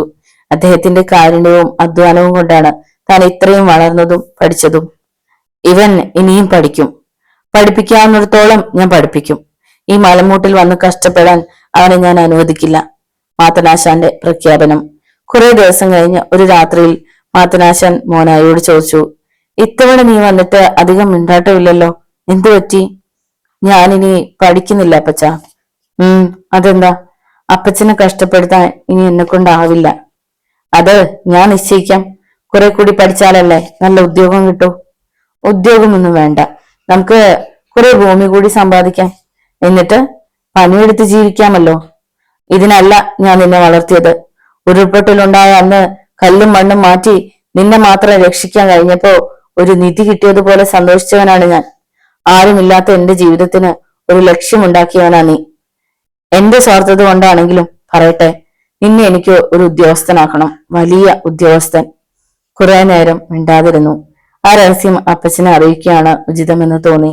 അപ്പച്ച, എന്നെ വിശ്വസിച്ച് ഒരു പെണ്ണ് ഇങ്ങോട്ട് വരാൻ കാത്തിരിക്കുന്നു. മാത്തനാശാൻ അമ്പരന്നു. നീ പറയുന്നതിന്റെ അർത്ഥം നീ ഒരു കുരുക്കിലായി കഴിഞ്ഞെന്നാണോ? അതെ, മോനായി എല്ലാം വിശദീകരിച്ചു. ഇതൊരു കടുത്ത പരീക്ഷണമാണല്ലോടെ മോനായി. ആട്ടെ, 1-2 കൊല്ലം കൂടി അവളെ പറഞ്ഞു നിർത്താമേലെ? എത്ര വർഷം വേണമെങ്കിലും അവൾ കാത്തു നിൽക്കണം. അവളുടെ തന്റേടെ എത്രയുണ്ടെന്ന് അറിയാമല്ലോ. വില്യമച്ചന്റെ എഴുത്ത് കഴിഞ്ഞ ആഴ്ചയിൽ കിട്ടിയിരുന്നു. നിന്റെ പഠനകാര്യം അന്വേഷിച്ചു. നിന്നെ MA-ക്ക് വിടണമെന്ന വില്യമച്ചൻ എഴുതിയിരിക്കുന്നത്. അത് കഴിഞ്ഞിട്ട് മതി കല്യാണം. പോരെ? കല്യാണം കഴിഞ്ഞ പട്ടണത്തിൽ തന്നെ സുഖമായി ജീവിക്കാൻ അവസരമുണ്ടാകണം. മാത്തനാശാന്റെ മനസ്സ് വേദനിക്കുന്ന ഒന്നും ചെയ്യാൻ മോനായിക്ക് കഴിയുമായിരുന്നില്ല. മോനായി പഠിക്കാനായി വീണ്ടും നഗരത്തിലേക്ക് പോയി. MA-ക്ക് ചേർന്നു. മേഴ്സിയും കൂടെ ഉണ്ടായിരുന്നു. മേഴ്സിയും മോനായി എന്ന ജോൺ പോളും തമ്മിലുള്ള ബന്ധം മേഴ്സിയുടെ സഹോദരന്മാർ അറിഞ്ഞു. അവർ ഉറഞ്ഞു തുള്ളി. മോനായി സൂക്ഷിക്കണം. വീട്ടിൽ വിവരം അറിഞ്ഞു. ഏത് നിമിഷത്തിലും എന്റെ കോളേജിൽ വരവ് മുടങ്ങും, മേഴ്സി ഒരു ദിവസം പറഞ്ഞു. അവൾ പറഞ്ഞതുപോലെ സംഭവിച്ചു. ഒരു ദിവസം മേഴ്സി കോളേജിൽ എത്തിയില്ല. അടുത്ത ദിവസം പ്രതീക്ഷിച്ചു. പിന്നെ ഒരിക്കലും അവൾ കോളേജിലേക്ക് വന്നില്ല. ഒരു ദിവസം വൈകുന്നേരം താമസിക്കുന്ന ലോഡ്ജിലേക്ക് മോനായി നടന്നു വരുമ്പോ ഒരു ജീപ്പ് വന്നു നിന്നു. ജോൺ പോൾ അല്ലേ? ജീപ്പിലിരുന്ന ഒരാൾ ചോദിച്ചു. അതെ. പെട്ടെന്ന് 3-4 പേർ ചാടി ഇറങ്ങി. ക്രൂരമായ ആക്രമണം. ആരും തടയാൻ വന്നില്ല. അവശനായി അരമണിക്കൂറോളം റോഡിൽ കിടന്നു. കൂട്ടുകാരെത്തിയപ്പോഴാണ് ആശുപത്രിയിലേക്ക് കൊണ്ടുപോയത്. ജീപ്പിൽ വന്നവരുടെ വാക്കുകൾ കാതിൽ മുഴങ്ങുന്നുണ്ടായിരുന്നു. ഇത് എന്തിനാണെന്ന് മനസ്സിലാക്കിയില്ലെങ്കിൽ ഞങ്ങൾ ഇനിയും ഇതുവഴി വരും. മേഴ്സിയുടെ സഹോദരന്മാരായിരുന്നു അവർ. വീണ്ടും 3 ദിവസം ആക്രമിക്കപ്പെട്ടു. ഒടുവിലത്തെ ആക്രമണം മുറിയിൽ വെച്ചായിരുന്നു. അപ്പോൾ പാരലൽ കോളേജിൽ അധ്യാപകനായി ജോലി കിട്ടിയിരുന്നു. ട്യൂട്ടോറിയൽ കോളേജിൽ പഠിപ്പിക്കുന്ന നീ ഞങ്ങളുടെ പെങ്ങളെ എങ്ങനെ തീറ്റിപ്പോറ്റുവടാ? ഇത്രയുമായിട്ടും നിനക്ക് മതിയായില്ലേ? മർദ്ദനങ്ങൾ നിശബ്ദം സഹിക്കുമ്പോൾ മനസ്സിൽ വാശി ജ്വലിക്കുകയായിരുന്നു. വിവരങ്ങളെല്ലാം മോനായി മാത്തനാശാനെ എഴുതി അറിയിച്ചു. 2 ആഴ്ചകൾക്ക് ശേഷമാണ് മാത്തനാശാന്റെ നേതൃത്വത്തിലുള്ള ഒരു സംഘം നഗരത്തിലെത്തിയത്. അന്ന് അവരുടെ കൂടെ ചെന്ന മേഴ്സിയെ വീട്ടിൽ നിന്ന് വിളിച്ചിറക്കി. വിവാഹത്തിന് ശേഷം നഗരത്തിന്റെ ഒഴിഞ്ഞ കോണിലുള്ള വാടക വീട്ടിൽ താമസം മാത്തനാശാൻ ഏർപ്പെടുത്തിയ 4 പേർ അവരുടെ സംരക്ഷണത്തിനുണ്ടായിരുന്നു. ദിവസങ്ങൾ ഏറെ കൊയ്യുന്നതിനു മുമ്പ് കുവൈറ്റിലേക്കുള്ള യാത്ര വേണ്ടായിരുന്നു. സൗഭാഗ്യം മോഹിച്ച് പോകേണ്ടിയിരുന്നില്ല. അതുകൊണ്ടല്ലേ മേഴ്സിയെ നഷ്ടമായത്? ജോണകൾ ഓർമ്മകൾക്ക് വിരാമമിട്ടുകൊണ്ട് ചിന്തിച്ചു. എല്ലാം ദൈവനിശ്ചയം. മനുഷ്യൻ കണക്കുകൂട്ടുന്നത് പോലെ ഒന്നും സംഭവിക്കില്ല. ജോണകൾ സമാധാനം കണ്ടെത്തി. ശിവൻകുട്ടി വാതിൽക്കലെത്തി. അങ്കിൾ, അവർ വന്നിട്ടുണ്ട്. ജോണകൾ എഴുന്നേറ്റ് മുഖം തുടച്ചു. വരാൻ പറയും. ജോണകൾ മുഖത്ത് പ്രസന്നത വരുത്തി വീണ്ടും കസേരയിലിരുന്നു. അവർ വന്നു. ജോണകൾ അവരെ സൂക്ഷിച്ചു നോക്കി. ആരാണെന്ന് മനസ്സിലായില്ല. ഞാൻ വിൻസെന്റ്. ഇതെന്റെ ഭാര്യ ഷീല. 50-ലേറെ പ്രായം തോന്നിക്കുന്ന പുരുഷൻ സ്വയം പരിചയപ്പെടുത്തി. ഇരിക്കൂ. ജോണകളുടെ നോട്ടം ഷീലയുടെ മുഖത്തായി. എവിടെയോ ഈ മുഖം കണ്ടിട്ടുള്ളത് പോലെ. സാറുമായി സംസാരിക്കേണ്ടത് എനിക്കല്ല, എന്റെ ഭാര്യയ്ക്കാണ്. ഞാൻ പുറത്ത് കാത്തിരിക്കാം. വിൻസെന്റ് പുറത്തേക്ക് ഇറങ്ങി. ഷീല ഇരുന്നു. ജോൺ പോൾ. വലിയ മാറ്റമില്ല. പെട്ടെന്ന് തിരിച്ചറിയാൻ കഴിയും, ഷീല പുഞ്ചിരിയോടെ പറഞ്ഞു. ജോണുകൾ ഓർമ്മയിൽ പരതുമ്പോൾ ഷീലയുടെ ചോദ്യം, എന്നെ അറിയുമോ? ഇങ്ങനെയൊരു രൂപം ഓർമ്മയിൽ എങ്ങും കണ്ടുകിട്ടുന്നതേയില്ല. ജോണുകൾ മറുപടി പറയാതെ ഇരുന്നു. എന്നെ എപ്പോഴെങ്കിലും കണ്ടിട്ടുള്ളതായെങ്കിലും? ഉണ്ട്, എന്നോ കണ്ടിട്ടുണ്ട്. അപരിചിതമായ മുഖമല്ല. കണ്ടിട്ടുണ്ട്, കോളേജിൽ വെച്ച്. ജോൺ പോളിനെ എനിക്ക് നന്നായി അറിയാം, മേഴ്സിയെയും. ജോണുകൾ വിസ്മയത്തോടെ ഷീലയെ നോക്കി. ഞാൻ ജോൺ പോളിനെ അന്വേഷിക്കുകയായിരുന്നു. ഇപ്പോ പ്രത്യേകിച്ച്? ഇവിടെ തനിച്ചാണോ താമസം? അല്ല, വേറെ ആളുകളുണ്ട്. ഭാര്യയും മക്കളും? ഭാര്യ മരിച്ചു. എന്ന്? മേഴ്സിയുടെ കാര്യമല്ല ഞാൻ ചോദിച്ചത്. എനിക്കൊരു ഭാര്യയെ ഉണ്ടായിട്ടുള്ളൂ, അത് മേഴ്സിയാണ്. അപ്പോൾ ആ കുട്ടി? ഏതു കുട്ടി? ജോണകളിന് ആകാംക്ഷ വർദ്ധിച്ചു. മേഴ്സിയുടെ മകൾ. മേഴ്സിയുടെ മകൾ എവിടെ? ജോണകൾ എഴുന്നേറ്റു. ഇരിക്കൂ ജോൺ പോൾ, ക്ഷമയോടെ കേൾക്കണം. ഞാൻ ഈ സ്ഥലം അന്വേഷിച്ച് കണ്ടുപിടിച്ചു വന്നത് എല്ലാം പറയാനാണ്. ജോൺ പോളിന്റെയും മേഴ്സിയുടെയും മകൾ ജീവിച്ചിരിക്കുന്നു. ജോണകൾ നിശ്ചലാവസ്ഥയിൽ ശബ്ദിക്കാനാവാതെ ഇരുന്നു. ഷീല ജോണകളുടെ ഭാവമാറ്റങ്ങൾ ശ്രദ്ധിക്കുകയായിരുന്നു. ക്ഷമിക്കണം, ജോൺ പോൾ എവിടെയാണെന്ന് എനിക്ക് അറിയില്ലായിരുന്നു. അല്ലെങ്കിൽ ഈ വിവരം നേരത്തെ അറിയിക്കാൻ എനിക്ക് കഴിയുമായിരുന്നു. നേരത്തെ എന്ന് പറഞ്ഞ ആ കുട്ടി ജനിച്ചിട്ട് അധികം നാളുകൾ കഴിയുന്നതിന് മുമ്പ് അറിയിക്കാൻ എനിക്ക് സാധിക്കുമായിരുന്നു. നിങ്ങൾ വിവാഹിതരായി എന്ന് ഒരു കൂട്ടുകാരി പറഞ്ഞ് ഞാൻ അറിഞ്ഞതാണ്. വിവാഹം കഴിഞ്ഞ് നിങ്ങൾ എവിടെയാണ് താമസമെന്നോ ജോലി ചെയ്യുന്നത് എവിടെയാണെന്നോ ഒന്നും അറിയത്തില്ലായിരുന്നു. മേഴ്സിയുടെ നാട്ടിൽ നിന്നും വളരെ അകലെയാണ് എന്റെ വീട്. നിങ്ങളുടെ പ്രേമബന്ധത്തെ കുറിച്ച് അറിഞ്ഞപ്പോൾ മുതൽ എനിക്ക് കൗതുകമുണ്ടായിരുന്നു. ധൈര്യശാലിയായ മേഴ്സിയെ ഞാൻ ആദരവോടെയാണ് നോക്കിക്കണ്ടിരുന്നത്. ഷീല, വിവരണമൊക്കെ പിന്നെ മതി. ദയവായിട്ട് എന്റെ മകൾ എവിടെയാണെന്ന് പറയൂ. ധൃതി പിടിക്കാതെ ജോൺ പോൾ. നിങ്ങൾക്ക് വേണ്ടിയാണ് കഷ്ടപ്പെട്ട് ഞാൻ ഇവിടെ വന്നത്. എനിക്കും ഭർത്താവിനും നാളെ ന്യൂയോർക്കിലേക്ക് പോകേണ്ടതാണ്. ഇന്നും നിങ്ങളെ കാണാൻ എനിക്ക് സാധിച്ചില്ലെങ്കിൽ അമേരിക്കയിൽ നിന്നും ഫോണിലൂടെ സംസാരിച്ചാൽ എല്ലാം പറയാൻ എനിക്ക് സാധിക്കുമോ? അല്പം കൂടി ക്ഷമിക്ക്. നിങ്ങളുടെ മകൾ എങ്ങും പോകില്ല. 24 വർഷമായിട്ട് നിങ്ങളറിയാതെ അവൾ ഈ ഭൂമിയിൽ ജീവിക്കുന്നുണ്ടല്ലോ. നിശബ്ദനായി കേട്ടിരിക്കാൻ താൻ വിധിക്കപ്പെട്ടിരിക്കുന്നുവെന്ന് ജോണങ്കിളിന് മനസ്സിലായി. ഷീല ആ കഥ പറഞ്ഞു. BSc ശേഷം ഷീല വിദ്യാഭ്യാസം തുടർന്നില്ല. വീട്ടിൽ തന്നെ കഴിഞ്ഞുകൂടിയിരുന്നപ്പോഴാണ് ഒരു നല്ല വിവാഹാലോചന വന്നത്. വരൻ ന്യൂയോർക്കിൽ ഉദ്യോഗസ്ഥൻ. വിവാഹം കഴിഞ്ഞ് തിരിച്ചു പോകുമ്പോ ഷീലയും കൊണ്ടുപോകും. ഷീലയുടെ വിവാഹം കഴിഞ്ഞു. ദമ്പതികൾ ന്യൂയോർക്കിലേക്ക് യാത്രയാകുന്നതിന് 2 ദിവസം മുമ്പ്. അന്ന് ഷീല തന്റെ സ്വന്തം വീട്ടിലായിരുന്നു. ഭർത്താവ് യാത്ര പറയാൻ എത്തിയിരുന്നു. മറ്റു ചില സ്ഥലങ്ങളിൽ പോകേണ്ടതുകൊണ്ട് അയാൾ ഷീലയെ കൂടാതെ പോയി. പിറ്റേന്ന് രാവിലെ ഭർത്തഗൃഹത്തിലേക്ക് ഷീല പോകണം. സന്ധ്യാസമയം ഒരു യുവതി കൈക്കുഞ്ഞുമായി ഗേറ്റിന് സമീപം നിൽക്കുന്നത് ഷീല കണ്ടു. കണ്ടിട്ട് ഭിക്ഷക്കാരിയായി തോന്നിയില്ല. സാമാന്യം വൃത്തിയുള്ള വേഷം, സുന്ദരി. അവൾ അവിടെ നിന്നും മാറുന്നില്ലെന്ന് കണ്ടപ്പോ ഷീല ഗേറ്റിനടുത്തേക്ക് ചെന്നു. വളരെ പരിചയമുള്ള മുഖം. ഗേറ്റ് തുറന്ന് അടുത്ത് ചെന്ന് നോക്കി. മേഴ്സിയുടെ അമ്പരപ്പോടെ ഷീല ചോദിച്ചു. മേഴ്സി ഒന്നും പറയാതെ ഷീലയെ തുറച്ചു നോക്കി. മേഴ്സി ഇരു കൈകളുമായി നെഞ്ചോട് ചേർത്ത് പിടിച്ചിരിക്കുന്ന ചോര കുഞ്ഞ് ഒന്നും അറിയാതെ ഉറക്കമാണ്. കൂടെ ആരും ഇല്ലേ മേഴ്സി? മറുപടിയില്ല. വാ, അകത്തേക്ക് വാ. ഷീല മേഴ്സിയെ ക്ഷണിച്ചു. മേഴ്സി വിസമ്മതമൊന്നും കൂടാതെ അകത്തേക്ക് കയറി. ഒരു യന്ത്രപ്പാവ് കണക്കെ അവൾ ഷീലയെ അനുഗമിച്ചു. മേഴ്സിക്ക് മനോരോഗമുണ്ടെന്ന് ഷീലയ്ക്ക് പെട്ടെന്ന് മനസ്സിലായി. ആരാ മോളെ? ഷീലയുടെ അമ്മ അന്വേഷിച്ചു. എന്റെ കൂടെ കോളേജിലുണ്ടായിരുന്ന മേഴ്സിയാ. എന്തു പറ്റി? അയ്യോ പാവം, ഈ കൊച്ചിനെയും കൊണ്ട് ഓടിപ്പോയതാ. മേഴ്സി ഷീലയെയും അമ്മയെയും തുറച്ചു നോക്കി. ആ നോട്ടം കണ്ടപ്പോൾ അമ്മയ്ക്ക് സംശയങ്ങളായി. അവർ ഷീലയെ മാറ്റി നിർത്തി അടക്കിയ സ്വരത്തിൽ ചോദിച്ചു. അതിനും ഭ്രാന്താണോടി? അങ്ങനെ തോന്നുന്നു. കഷ്ടം, വലിയൊരു വീട്ടിലെയാ. ആങ്ങളമാരോട് എതിരിട്ടാ കല്യാണം കഴിച്ചത്. കല്യാണം കഴിച്ചവൻ ഉപേക്ഷിച്ചു കാണും. ഇല്ല, അയാൾ എനിക്കറിയാം, അങ്ങനെ ഉപേക്ഷിക്കില്ല. എന്തായാലും നീ അവളെ പറഞ്ഞു വിട്ടേക്ക്, കുറെ രൂപയും കൊടുത്തേക്ക്. ഈ രാത്രിയിൽ എങ്ങനെയാ അമ്മ മേഴ്സിയെ പറഞ്ഞു വിടുന്നത്? മനുഷ്യത്വമില്ലാതെ. പെണ്ണെ, വേണ്ടാത്ത കുഴപ്പമൊന്നും ഉണ്ടാക്കി വെക്കരുതേ. ഷീലയുടെ അമ്മ മേഴ്സിയുടെ അടുത്തേക്ക് ചെന്നു. കൊച്ചെ, നേരെ ഒത്തിരി എത്തുന്നതിന് മുമ്പ് വീട്ടിലെത്താൻ നോക്ക്. വണ്ടിക്കൂലിക്കുള്ള കാശുണ്ടോ? ചോദ്യം കേട്ട മേഴ്സി പകച്ചു. ദയനീയമായി ഷീലയെ നോക്കി. അപ്പോൾ വാതിൽക്കൽ ഒരു ശബ്ദം. അടുക്കള ജോലി ചെയ്യുന്ന അച്ചാമ്മ എന്ന യുവതിയാണ്. എല്ലാം അറിയാമെങ്കിലും അവൾക്ക് സംസാരിക്കാനുള്ള കഴിവില്ല. കേൾവിയുണ്ട്. സംസാരിക്കുന്നത് ചില ശബ്ദങ്ങൾ പുറപ്പെടുവിച്ചാണ്. മേഴ്സിയെയും കുഞ്ഞിനെയും രാത്രിയിൽ പുറത്തേക്ക് വിടരുതെന്നാണ് അച്ചാമ്മ പറഞ്ഞത്. അമ്മ വിചാരിക്കുന്നത് പോലുള്ള ആളല്ല മേഴ്സി. ഏതോ വലിയ അപകടത്തിൽ മേഴ്സി അകപ്പെട്ടിട്ടുണ്ട്, തീർച്ച. ഏതായാലും ഈ രാത്രിയിൽ മേഴ്സിയോട് ഇറക്കി വിടരുത്. ഞാൻ സമ്മതിക്കില്ല, ഷീല പറഞ്ഞു. എന്താടി ഇവിടെ തർക്കം? ഷീലയുടെ പപ്പ വന്നു. അമ്മ വിവരങ്ങൾ പറഞ്ഞു. മേഴ്സിയെ കണ്ട പപ്പായ്ക്കും സഹതാപമായിരുന്നു. ഷീലയ്ക്ക് അറിയാവുന്ന ആളല്ലേ, എവിടെയെങ്കിലും കിടന്നുറങ്ങട്ടെ. രാത്രിയിൽ അലഞ്ഞു തിരിഞ്ഞു നടക്കുന്നതിനിടയിൽ എന്തെങ്കിലും സംഭവിച്ചാലോ? പപ്പ ഷീലയുടെ ഭാഗത്തു നിന്നു. മേഴ്സി ഇതെല്ലാം കേട്ടിട്ടും ഒന്നും പറഞ്ഞില്ല. അവളുടെ കണ്ണുകൾ അലക്ഷ്യമായി എവിടെയെല്ലാമോ ചുറ്റിത്തിരികയായിരുന്നു.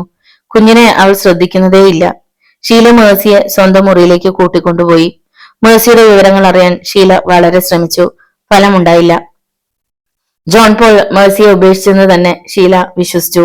അല്ലെങ്കിൽ മേഴ്സി മനോരോഗിയാകുമായിരുന്നില്ല. ഇങ്ങനെ അലഞ്ഞു തിരിഞ്ഞെത്തുമായിരുന്നില്ല.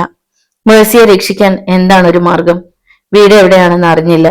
വീട്ടുകാർ മേഴ്സിയെ ഇനി സ്വീകരിക്കുമോ? ഷീല ധർമ്മസങ്കടത്തിലായി. രാവിലെ ഭർത്താവിന്റെ വീട്ടിലേക്ക് പോകണം. പിന്നെ ഒട്ടും സമയമില്ല. അതിനടുത്ത ദിവസം ന്യൂയോർക്കിലേക്ക്. അമ്മേ, മേഴ്സിയുടെ കാര്യം എങ്ങനെയാ? ഷീല അമ്മയോട് ചോദിച്ചു. നീ അതും ഇതും ഓർക്കാതെ പെണ്ണെ. രാവിലെ അതിനെ അങ്ങ് പറഞ്ഞു വിട്ടേക്കാം. നീ ഇനി അക്കാര്യം ചിന്തിക്കുക വേണ്ട. ഒഴിഞ്ഞു കിടന്ന ഒരു മുറിയിലാണ് മേഴ്സിയെ കിടത്തിയത്. ഒരക്ഷരമെങ്കിലും അപ്പോഴും ശബ്ദിച്ചില്ല. ആഹാരം കൊടുത്തത് മിണ്ടാതെ ഇരുന്ന് കഴിച്ചു. കുഞ്ഞിന് മുലപ്പാൽ പോലും നൽകുന്നില്ല.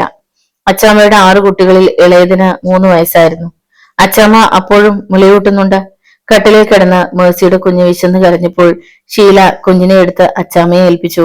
അച്ചാമ്മ സന്തോഷത്തോടെ കുഞ്ഞിനെ മാറത്ത് അടുക്കി പിടിച്ചു. വിശപ്പ് മാറിയപ്പോൾ കുട്ടി ഉറക്കമായി. അപ്പോൾ മേഴ്സി ഭിത്തിയിൽ ചാരി തറയിലിരുന്ന് മയങ്ങുകയായിരുന്നു. ഷീല കുട്ടിയെ മേഴ്സിയുടെ അടുത്ത് ഒരു ഷീറ്റിൽ കിടത്തി. പിറ്റേന്ന് പിഞ്ചു കുഞ്ഞിന്റെ നിർത്താതെയുള്ള കരച്ചിൽ കേട്ട് എല്ലാവരും ഉണർന്നപ്പോ മേഴ്സിയെ കാണാനില്ല. പരിസരത്തെല്ലാം അന്വേഷിച്ചു. എല്ലാവർക്കും ഭയമായി. മേഴ്സിയെ വീട്ടിൽ കയറ്റിയതിന് എല്ലാവരും ഷീലയെ പഴിച്ചു. കിണറ്റിലും പരിശോധന നടത്തി. ആത്മഹത്യക്ക് ഒരുങ്ങി വന്നതാണെങ്കിലോ? അടുത്തുള്ള മരക്കൊമ്പുകളിലും നോക്കി. ഷീലയുടെ സഹോദരൻ ബൈക്കുമായി പുറത്തേക്ക് പോയി. എല്ലായിടത്തും തെരഞ്ഞു. മേഴ്സിയെ കണ്ടുകിട്ടിയില്ല. സന്തോഷത്തോടെ ഷീലയെ യാത്രയാക്കാനിരുന്നവർക്ക് ഓർക്കാപ്പുറത്തൊരു മനക്ലേശം. അച്ഛമ്മ മേഴ്സിയുടെ കുട്ടിയെ വാരിയെടുത്തു. നാട്ടുകാർ ഇനി എന്തെല്ലാം കഥകൾ ഉണ്ടാക്കും. ഷീലയുടെ പപ്പായും അമ്മയും ഭയന്നു. അമ്മേ, ആ കൊച്ചിനെ ഇനി എന്ത് ചെയ്യും? ഷീല ചോദിച്ചു. നീ ഒന്നും പറയണ്ട, എല്ലാം നീ വരുത്തി വെച്ചതാ. ഇനി പോകാനൊരുങ്ങ്. ഈ വിഷയം മനസ്സിൽ നിന്നങ്ങ് കളഞ്ഞേക്ക്, അമ്മ പറഞ്ഞു. പോലീസിൽ അറിയിച്ചാലോ? സഹോദരന്റെ ചോദ്യം. വേണ്ട, ഇതിന്റെ പുറകെ തൂങ്ങി നടക്കാൻ ഇവിടെ ആർക്കും നേരമില്ല. നാട്ടുകാർ നോക്കിയിരിക്കുക. പോലീസിൽ അറിയിച്ചിട്ട് വേണം അവർ കഥകൾ മെനഞ്ഞുണ്ടാക്കാൻ. ഈ കുഞ്ഞ് ഈ വീട്ടിൽ ആരുടേതെങ്കിലും ആണെന്ന് വരെ പറയാൻ ആളുകൾ മടിക്കില്ല. ഞാൻ വഴിയുണ്ടാക്കാം. ഷീല, പോകാനൊരുങ്ങ്, പപ്പ പറഞ്ഞു. ഷീല അമേരിക്കയിൽ എത്തിക്കഴിഞ്ഞാണ് കൂടുതൽ വിവരങ്ങൾ അറിഞ്ഞത്. ഷീലയുടെ അമ്മയുടെ സഹോദരൻ വൈദികനാണ്. അദ്ദേഹം ഇടവക വികാരിയായിരിക്കുന്ന സ്ഥലത്തേക്ക് അച്ചാമ്മയെയും കുട്ടികളെയും പറഞ്ഞയച്ചു. കൂടെ മേഴ്സിയുടെ കുഞ്ഞുമുണ്ടായിരുന്നു. അച്ചാമ്മ ആ ചോര കുഞ്ഞിനെ സ്വന്തം കുട്ടിയായി ഏറ്റെടുത്തു. പെൺകുട്ടിയായിരുന്നു അത്. 2 ആൺകുട്ടികളുള്ള അച്ചാമ്മയ്ക്ക് ഒരു പെൺകുട്ടിയെ കിട്ടിയപ്പോൾ സന്തോഷമായി. വാക്കുകളല്ലാത്ത ശബ്ദങ്ങളിലൂടെ അച്ചാമ്മ തന്റെ സന്തോഷം പ്രകടമാക്കി. അച്ചാമ്മയുടെ ഭർത്താവ് ചുമട്ടുതൊഴിലാളിയായിരുന്നു. അനാഥശാലയിൽ വളർന്ന ഊമ്മയായ അച്ചാമ്മയെ അനാഥനായ വർക്കി ഭാര്യയായി സ്വീകരിച്ചു.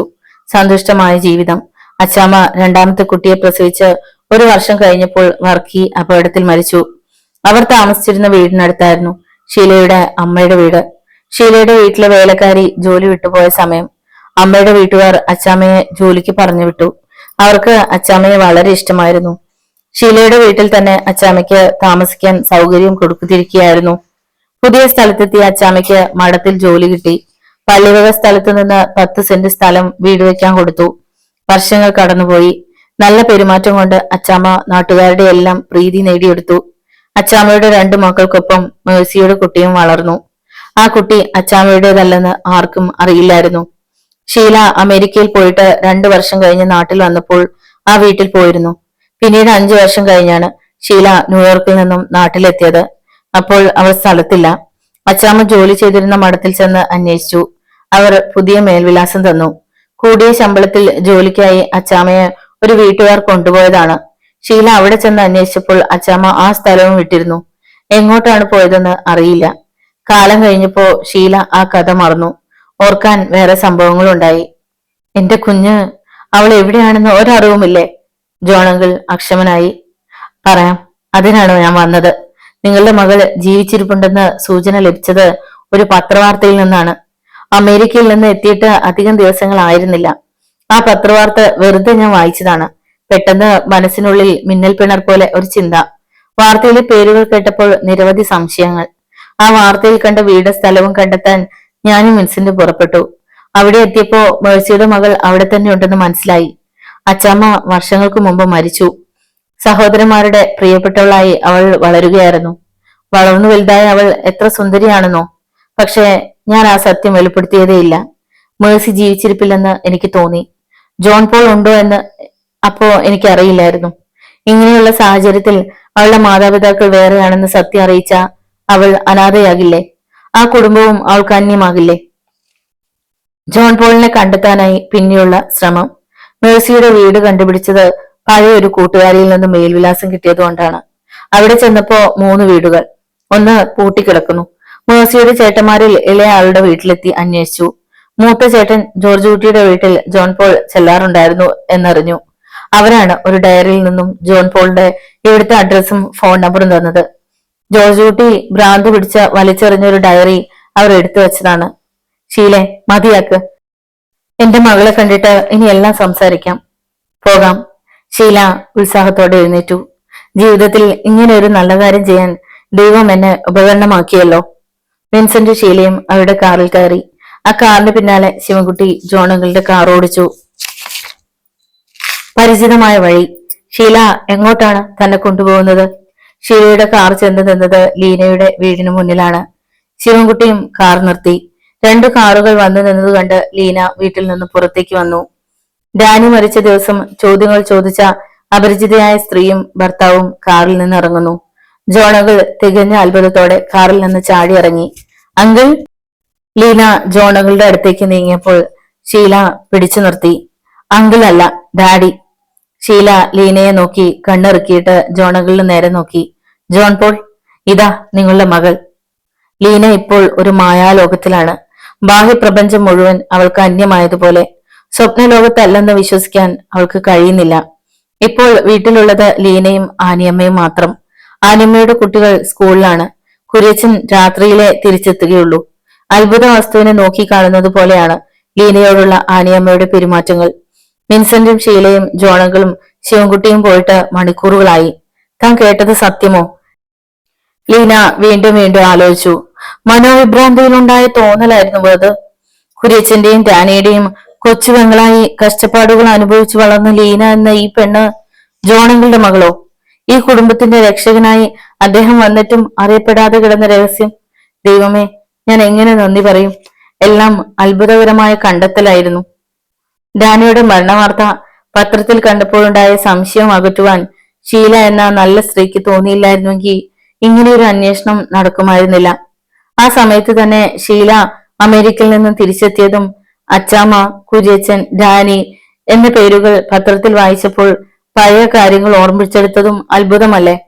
കല്ലുപുര എന്ന വീട്ടുപേരും ഒരു തെളിവായി. ആ നിമിഷങ്ങളെ അഭിമുഖീകരിക്കുവാൻ തനിക്കും ജോണുകളിലും എങ്ങനെ കഴിഞ്ഞു? പരസ്പരം അടുത്തറിഞ്ഞിട്ടും പിതാവും മകളുമെന്ന് അറിയാതെ കഴിഞ്ഞവർ പെട്ടെന്നൊരു നിമിഷത്തിൽ ആ സത്യം അറിയുമ്പോ വിഭ്രാന്തി ഉണ്ടാകാതിരിക്കുമോ? എങ്ങനെയോ ആ നിമിഷങ്ങൾ കടന്നുപോയി. ചലിക്കാനാവാതെ നിന്ന തന്റെ ചുമലുകളിൽ ജോണകളുടെ കരങ്ങൾ ബലത്തിൽ അമർന്നപ്പോൾ ശരീരത്തിൽ പടർന്ന ചൂട് ഇപ്പോഴും അനുഭവിച്ചറിയുന്നു. ഒന്നും ശബ്ദിക്കാൻ കരുത്തില്ലാതെ അദ്ദേഹം നോക്കി നിന്നപ്പോ, ദൈവമേ! ലീനയുടെ കണ്ണുകൾ നിറഞ്ഞൊഴുകി. ദൈവമേ, ഞാൻ എത്ര ഭാഗ്യം ചെയ്തവളാണ്. ഇനി അദ്ദേഹത്തെ എന്താണ് വിളിക്കേണ്ടത്? അപ്പച്ചൻ, ഇച്ചാച്ചൻ, പപ്പ, ഡാഡി? ഇനി ജോണുകൾ എന്ന് ഇങ്ങനെ വിളിക്കും? ഒന്നും പറഞ്ഞില്ല. മോളെ എന്ന വിളി മാത്രം പലവട്ടം കേട്ടു. പപ്പ എന്ന് വിളിക്കാൻ പറഞ്ഞില്ല, ഡാഡി എന്ന് വിളിക്കാൻ പറഞ്ഞില്ല. എപ്പോഴും അങ്ങനെയാണല്ലോ, സാധാരണ മനുഷ്യൻ ചെയ്യുന്നത് പോലെ ഒന്നും ചെയ്യാറില്ല. പോകാനിറങ്ങിയപ്പോ വിളിച്ച് രഹസ്യം പറഞ്ഞു. ഇതുവരെ അപരിചിതനായി കഴിഞ്ഞ ആളെയല്ല നിനക്ക് പിതാവായി കിട്ടിയിരിക്കുന്നത്. ഇതുവരെ അപരിചിതയായിരുന്ന പെൺകുട്ടിയല്ല എനിക്ക് മകളായി കിട്ടിയിരിക്കുന്നത്. പരസ്പരം അറിഞ്ഞ് ജീവിച്ച് നമ്മളെ കൂട്ടി യോജിപ്പിക്കാൻ ദൈവേഷ്ടമായത് ഇപ്പോഴാണെന്ന് മാത്രം മോളെ. നിന്നെ ഞാനിപ്പോ കൊണ്ടുപോകുന്നില്ല. നീ വരേണ്ട സമയം ഞാൻ അറിയിക്കാം. നിന്റെ അമ്മയുടെ സാന്നിധ്യത്തിൽ മോളെ ഞാൻ സ്വന്തം മകളായി സ്വീകരിക്കാം. അമ്മയുടെ സാന്നിധ്യമോ? അമ്മ മേഴ്സി ജീവിച്ചിരിപ്പുണ്ട് എന്ന് പലർക്കും സംശയം ഉണ്ടാകാം. പക്ഷെ എനിക്ക് മാത്രം അറിയാം അവൾ മരിച്ചെന്ന്. എന്നാലും അവളുടെ സാന്നിധ്യം ഞാൻ അറിയുന്ന ഒരു സ്ഥലമുണ്ട്. അവിടെ നമുക്ക് പോകാം. സമയം ഞാൻ അറിയിക്കാം. ജോണങ്കിൾ പിന്നെ ഒന്നും പറയാതെ കാറിനടുത്തേക്ക് പോവുകയായിരുന്നു. എന്തോ ശബ്ദം കേട്ട ലീന നോക്കിയപ്പോൾ ആനിയമ്മ വിടർന്ന കണ്ണുകളോടെ ചലനമില്ലാതെ നിൽക്കുന്നു. എന്താ ചേച്ചി? ലീന അസാധാരണമായി ഒന്നും സംഭവിക്കാത്തതുപോലെ ആനിയമ്മയുടെ തോളിൽ കൈയിട്ട് നിന്നു. ഞാൻ അറിയാതെ എന്തെങ്കിലും തെറ്റ് ചെയ്തിട്ടുണ്ടെങ്കിൽ ക്ഷമിക്കണം ലീനെ. ചേച്ചി എന്താ ഈ പറയുന്നേ? നീ എത്ര ഭാഗ്യവതിയാണെന്നോ ഇത്രയും വലിയൊരു മനുഷ്യന്റെ മകളായി ജനിക്കാൻ ഭാഗ്യം കിട്ടുക. ഓ ലീനെ, ഞാൻ കുര്യച്ചനെ വിളിച്ചോണ്ട് വരാം. എനിക്കത് മനസ്സിലടക്കി വെക്കാൻ പറ്റുന്നില്ല. രാത്രി വരെ ഞാൻ എങ്ങനെയാ ഇക്കാര്യം മനസ്സിലിട്ടോണ്ട് നടക്കുന്നത്? വേണ്ട ചേച്ചി, ബഹളമൊന്നും വേണ്ടെന്ന് പറഞ്ഞിട്ടല്ലേ അവർ പോയത്. ലീന ആനിയമ്മയെ സമാധാനപ്പെടുത്തി. ജോണങ്കിൾ ഹോസ്പിറ്റലിൽ എത്തിയപ്പോൾ പെണ്ണമ്മയെ വീട്ടിലേക്ക് കൊണ്ടുപോരാനുള്ള ഒരുക്കങ്ങളെല്ലാം പൂർത്തിയായിരുന്നു. അങ്കിൾ വരാൻ കാത്തിരിക്കുകയായിരുന്നു. സാന്റോ ജേക്കബ് പറഞ്ഞു. ജോണങ്കിളിനെ കണ്ട് വത്സമ്മ ഭവ്യതയോടെ ഒതുങ്ങി നിന്നു. ഇങ്ങോട്ട് വരാനിരിക്കുമ്പോ ചില അത്ഭുതങ്ങളുണ്ടായി. അതൊക്കെ പിന്നെ പറയാം. ആംബുലൻസ് റെഡിയല്ലേ? അതെ. വത്സമ്മ അമ്മയുമായിട്ട് ഇണങ്ങിയോ? പെണ്ണമ്മ അത് കേട്ടു. കിടന്ന കിടപ്പിൽ അവർ കണ്ണുകൾ ചിരിച്ചു നോക്കി. ആരാ? ജോണകൾ പെണ്ണമ്മയുടെ ദൃഷ്ടികൾക്ക് മുന്നിൽ ചെന്ന് നിന്നു. ഞാനാ, ജോണകൾ എന്ന് പറയും. എല്ലാ ചരടുകളിലും നടത്തുന്ന ആളല്ലേ, കാണാനൊത്തല്ലോ. എന്നെ പറ്റി എല്ലാം അറിഞ്ഞോ? വത്സമ്മ പറഞ്ഞു. ഇനി ഇവൾ പറയുന്നത് കേട്ട് ജീവിക്കാനല്ലേ എനിക്ക് സാധിക്കൂ. കിടന്ന കിടപ്പിൽ എത്ര നാൾ ജീവിക്കാനാ വിധിയെന്ന് ആർക്കറിയാം. പെണ്ണമ്മ വിങ്ങിക്കരഞ്ഞു. കണ്ണുകാണാൻ മേലാത്ത എന്റെ കെട്ടിയൻ ഈ ആശുപത്രി വരെ ഒന്ന് ആശ്വസിപ്പിച്ചത് ഇവളുടെ മകനുണ്ടായിട്ടാ. എന്നിട്ടും എന്റെ മക്കൾ അവന്മാരെന്നെ തിരിഞ്ഞു നോക്കിയില്ലല്ലോ. അവർക്ക് വരാനൊക്കില്ല. അറിഞ്ഞു, എല്ലാം അറിഞ്ഞു. പെണ്ണമ്മ കൈകൊണ്ട് കണ്ണുനീർ തുടച്ചിട്ട് ജോണങ്കിളിനെ നോക്കി. ആ നോട്ടത്തിലെ ദൈന്യത ജോണങ്കിളുടെ മനസ്സിനെ സ്പർശിച്ചു. അവരെ സഹായിക്കണേ. ദുഷ്ടയായ എന്റെ മക്കളാ. അവരും ദുഷ്ടന്മാരായി. എന്നാലും ഒരമ്മ എന്ന നിലയിലുള്ള അപേക്ഷയാണ്. കൊലക്കയറിയെന്നെങ്കിലും എന്റെ മക്കളെ രക്ഷിക്കാൻ എന്തെങ്കിലും ചെയ്യണം. ജോണങ്കിൾ നിശബ്ദനായി നിന്നു. ആംബുലൻസ് പുറപ്പെട്ടപ്പോൾ പിന്നിൽ ജോണങ്കിളുടെ കാറും ഉണ്ടായിരുന്നു. ആംബുലൻസ് എത്തിയപ്പോൾ ഇട്ടിയവരെയും ജെറിയും നാട്ടുകാരിൽ ചിലരും മുറ്റത്ത് കാത്തു നിൽപ്പുണ്ട്. ഇട്ടിയവര ജെറിയുടെ കയ്യിൽ പിടിച്ചു. എന്നെ ആംബുലൻസിന്റെ അടുത്തേക്ക് കൊണ്ടുപോ. ജെറി ഇട്ടിയവരെ ആംബുലൻസിനടുത്തേക്ക് കൊണ്ടുചെന്നു. എവിടെ അവൾ? അടക്കാനാവാത്ത ദുഃഖത്തോടെ ഇട്ടിയവരെ ചോദിച്ചു. വത്സമ്മ പെണ്ണമ്മയുടെ കൈ പിടിച്ച് ഇട്ടിയവരയുടെ കൈക്കുള്ളിലാക്കി. എന്റെ മുറിയിലും നിനക്കൊരു കിടക്ക വിരിച്ചിട്ടുണ്ട്. മതിയോ പെണ്ണമ്മേ? ഇടറിയ സ്വരം. പൊട്ടിക്കരച്ചിലായിരുന്നു മറുപടി. ആ കരച്ചിൽ കേട്ട് അവിടെ ഉണ്ടായിരുന്ന നാട്ടുകാർ സ്തബ്ധരായി. ഇരുമ്പുകലെ കൊച്ചമ്മ കരയുന്നു. പിന്നെ താമസിച്ചില്ല. ഇട്ടിയവരയുടെ മുറിയിൽ സജ്ജീകരിച്ചിരിക്കുന്ന കിടക്കയിലേക്ക് പെണ്ണമ്മയെ മാറ്റി. വല്യപ്പച്ച, ജോണങ്കിൾ വന്നിട്ടുണ്ട്, ജെറി പറഞ്ഞു. എവിടെ? ജോണങ്കിൾ ഇട്ടിയവരയുടെ അടുത്തേക്ക് ചെന്നു. ഞാൻ ഇവിടെ ഉണ്ട്. ജോണങ്കിൾ ഇട്ടിയവരയുടെ കരം പിടിച്ചു. എനിക്ക് കാണാൻ ഒക്കുന്നില്ലേലും ജെറി പറഞ്ഞ് ഈ രൂപം എന്തെന്ന് പോലും അറിയാം. ഇങ്ങയിലൂടെ ദൈവം പൂർത്തിയാക്കുന്ന പദ്ധതിയിൽ ഞങ്ങളും പങ്കുചേരാനിടയായി. ഇരുമ്പുകൾ ഇട്ടിയവരയുടെ നന്മ കൊണ്ടല്ല, തീർച്ച. ഇട്ടിയവര ഒരു കസേരയിൽ പെണ്ണമ്മയുടെ കിടക്കക്കരിയിൽ ഇരുന്നു. എല്ലാവരും പൊയ്ക്കോ, ഞങ്ങൾ അല്പം സംസാരിക്കട്ടെ, ഇട്ടിയവര പറഞ്ഞു. എല്ലാവരും പുറത്തിറങ്ങി. ജെറി ജോണങ്കിളിനെയും വത്സമയെയും കൂട്ടി തെക്കേ പറമ്പിലേക്ക് പോയി. ഇട്ടിയവരുടെ പേരിലുണ്ടായിരുന്ന സ്ഥലം അതാവശ്യപ്പെട്ടാണ് പെണ്ണമ്മ എപ്പോഴും വഴക്കുണ്ടാക്കിയിരുന്നത്. മറ്റു സ്വത്തുക്കളെല്ലാം പെണ്ണമ്മയുടെ പേരിലാണ്. തെക്കേപ്പറമ്പ് എന്റെ പേരിലായി. ഇഷ്ടദാനം, ജെറി പറഞ്ഞു. ഇനി കോടതിയിലൂടെ ജെറിയെ തോൽപ്പിക്കാൻ ആരും മുതിരുമെന്ന് തോന്നുന്നില്ല, ജോണങ്കിൾ പറഞ്ഞു. അവിടെ വീടിനുള്ള തറ ഉയരുന്നുണ്ടായിരുന്നു. പണികൾക്കൊക്കെ പണം എവിടുന്നാടാ ജെറി? വത്സമ്മ അന്വേഷിച്ചു. വല്യപ്പച്ചന് ബാങ്കിൽ നിക്ഷേപം എത്ര ഉണ്ടെന്നോ? ആരും അറിയാത്തത്. അതെല്ലാം എന്റെ പേരിലേക്ക് മാറ്റി. നന്നായിട്ട് വീട് പണിയണം കേട്ടോ. എന്റെ മകൾക്കും കൂടി താമസിക്കേണ്ടതാ, ജോണങ്കിൾ ഗൗരവത്തിൽ പറഞ്ഞു. അർത്ഥം മനസ്സിലാകാതെ ജെറിയും വത്സമയും നിന്നു. മനസ്സിലായില്ലേ? ജെറിക്കൊരു ഭാര്യ, വത്സമയ്ക്കൊരു മകൾ. അതെന്റെ മകളായിരിക്കും. നിങ്ങൾക്ക് താല്പര്യമുണ്ടെങ്കിൽ മാത്രം. അങ്കിൾ ഒന്നും മനസ്സിലാകുന്നില്ല. ലീന, അവൾ എന്റെ മകളാണ്. എന്നിട്ട് എല്ലാവരും അത് മറച്ചുവെച്ചു. ആരും മറച്ചുവെച്ചതല്ല. ഈ സത്യം ഞാൻ അറിഞ്ഞിട്ട് മണിക്കൂറുകളായതേയുള്ളൂ. പക്ഷെ ജെറി, അവളെ ഉടൻ ഞാൻ നിനക്ക് തരില്ല. എന്റെ മകളെ ലാളിച്ച് കൊതി തീർക്കാൻ എനിക്ക് സമയം വേണം. വിളിച്ചു നിൽക്കണ്ട. നാളെ രാത്രിയിൽ നീ തോപ്പിലെ വീട്ടിൽ വരണം. അതിരാവിലെ ഒരു യാത്ര, നിന്റെ ജീവിതത്തിന്റെ വഴിത്തിരിവുണ്ടാക്കിയ ഒരു സ്ഥലത്തേക്ക്, ജോണങ്കിൾ പറഞ്ഞു. പുലരിത്തുടിപ്പിന്റെ കുളിർമ നുകർന്നുകൊണ്ട് ജോണങ്കിളുടെ കാറ് പുറപ്പെട്ടു. കാർ ഓടിക്കുന്നത് ജോണങ്കിളാണ്. ജെറിയും ലീനയും മാത്രമാണ് ജോണങ്കിളിനെ കൂടാതെ കാറിലുള്ളത്. ഡ്രൈവിംഗിനിടയിൽ ജോണങ്കിൾ സംസാരിച്ചതേയില്ല. അയാൾ ഓർമ്മകളുടെ ലോകത്തായിരുന്നു. 15 വർഷത്തിനു ശേഷം കുവൈറ്റിൽ നിന്ന് തിരിച്ചെത്തിയ നാട്ടിൽ പുതിയ പ്രവർത്തനങ്ങൾ തുടങ്ങിയ കാലം. ഒരു ദിവസം ഒറ്റയ്ക്ക് കാറിൽ യാത്ര ചെയ്യുകയായിരുന്നു. റോഡിൽ വലിയ ജനത്തിരക്ക്. പ്രസിദ്ധമായ തീർത്ഥാടന കേന്ദ്രമാണ് ആ സ്ഥലമെന്ന് അറിയാമായിരുന്നു. പള്ളിയിൽ തിരുനാളാണ്. കാറ് പതിയെ മുന്നോട്ട് നീങ്ങുമ്പോൾ ആൾക്കൂട്ടത്തിനിടയിൽ ഒരു മുഖം കണ്ടു. അത് മേഴ്സിയല്ലേ? കാർ നിർത്താവുന്ന സ്ഥലമല്ല. ട്രാഫിക് നിയന്ത്രിക്കാൻ പോലീസുണ്ട്. വീണ്ടും ആ മുഖം വ്യക്തമായി കണ്ടു. അതെ, മേഴ്സി തന്നെ. മേഴ്സി അജ്ഞാതയായി എവിടെയെങ്കിലും മരിച്ചു എന്ന ധാരണയായിരുന്നു അതുവരെ ഉണ്ടായിരുന്നത്. വർഷങ്ങൾക്ക് ശേഷമാണെങ്കിലും ആ മുഖം തിരിച്ചറിയാൻ കഴിഞ്ഞു. 2 സ്ത്രീകൾ ഇരുവശത്തുമായി നിന്ന് മേഴ്സിയുടെ കൈകളിൽ പിടിച്ചിട്ടുണ്ടായിരുന്നു. കാർ ഒതുക്കി നിർത്തിയിട്ട് ഇറങ്ങി ആൾക്കൂട്ടത്തിനിടയിലൂടെ തിരക്കിട്ട് നീങ്ങി. മേഴ്സിയെ കാണാനില്ല. അവൾ എവിടെയോ മറഞ്ഞു. ഏതെങ്കിലും ബസ്സിൽ കയറിപ്പോയിരിക്കാം. മണിക്കൂറുകളോളം അവിടെയെല്ലാം തിരഞ്ഞു. അവളെ കണ്ടില്ല. അന്ന് വൈകിട്ട് റേഡിയോയിൽ വാർത്ത കേട്ടു. ബസ് കൊക്കയിലേക്ക് വീണ് 7 പേർ മൃതിയടഞ്ഞു എന്നായിരുന്നു വാർത്ത. തീർത്ഥാടന കേന്ദ്രത്തിൽ നിന്നും മടങ്ങിയവരാണ് മരിച്ചവരെല്ലാം. അവിടെ നിന്ന് 30 കിലോമീറ്റർ അകലെയാണ് അപകടമുണ്ടായത്. മരിച്ചവരിൽ 4 സ്ത്രീകളും ഒരു കുട്ടിയും 2 പുരുഷന്മാരും ഉണ്ടായിരുന്നു. പെട്ടെന്നുണ്ടായ പ്രേരണയിൽ അന്വേഷണത്തിനിറങ്ങി. താലൂക്ക് ആശുപത്രിയിൽ മൃതദേഹങ്ങൾ ഉണ്ടായിരുന്നു. അതിലൊന്ന് മേഴ്സിയുടേതായിരുന്നു. അവളുടെ മുഖത്തിന് യാതൊരു മാറ്റവുമില്ല. പ്രായം മുഖത്തുണ്ടാക്കിയ ചുളിവുകൾ മാത്രം. വീടും ബന്ധുക്കളും ഏതെന്നറിയാതെ മലയടിവാരത്തിലെ കുഗ്രാമത്തിൽ മേഴ്സി അതുവരെ കഴിയുകയായിരുന്നു. വർഷങ്ങൾക്ക് മുമ്പ് ആ നാട്ടിൽ മേഴ്സി എത്തിച്ചേർന്നു. അതൊരു യാദൃശ്ചിക സംഭവമാണ്. ബസ്സിൽ അപരിചിതയായ യുവതി. വൃദ്ധരായ ദമ്പതികൾ അവളെ ശ്രദ്ധിക്കുന്നുണ്ടായിരുന്നു. എങ്ങോട്ടാണ് പോകേണ്ടതെന്ന് ചോദിച്ചിട്ട് മറുപടിയില്ല. ടിക്കറ്റ് എങ്ങോട്ടാണെന്ന് കണ്ടക്ടർ ചോദിച്ചപ്പോഴും ഒന്നും പറഞ്ഞില്ല. യുവതിയെ കണ്ടക്ടർ ബസ്സിൽ നിന്ന് ഇറക്കിവിടാൻ തിരിഞ്ഞപ്പോൾ വൃദ്ധൻ തടഞ്ഞു. തങ്ങളുടെ നാട്ടിലേക്ക് അവൾക്കും ടിക്കറ്റ് എടുത്തു. വൃദ്ധരായ ദമ്പതികൾ മേഴ്സിയെ സ്വന്തം വീട്ടിലേക്ക് കൊണ്ടുപോയി. മലമൂട്ടിൽ മേഴ്സി ആരും അറിയാതെ ജീവിച്ചു. ആ കുടുംബത്തിലെ ഒരംഗത്തെ പോലെ. പേര് മാത്രം അവൾ പറയും.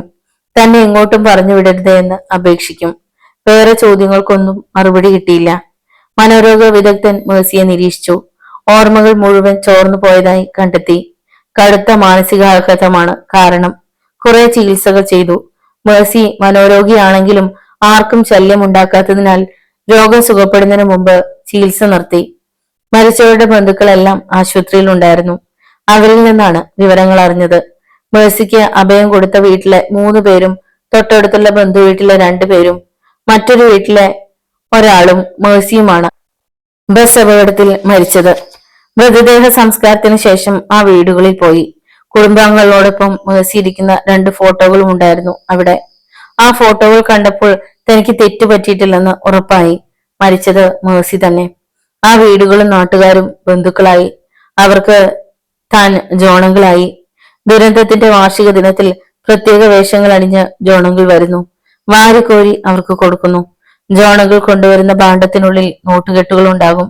എല്ലാം മേഴ്സിക്ക് വേണ്ടിയാണ്. അവളെ ഓർത്ത് ഭ്രാന്തം വേഷമണിയുന്നു. കുന്നിൻ മുകളിലെ പള്ളിയുടെ മുമ്പിൽ കാർ നിന്നു. ലീനയ്ക്ക് അത്ഭുതമായിരുന്നു.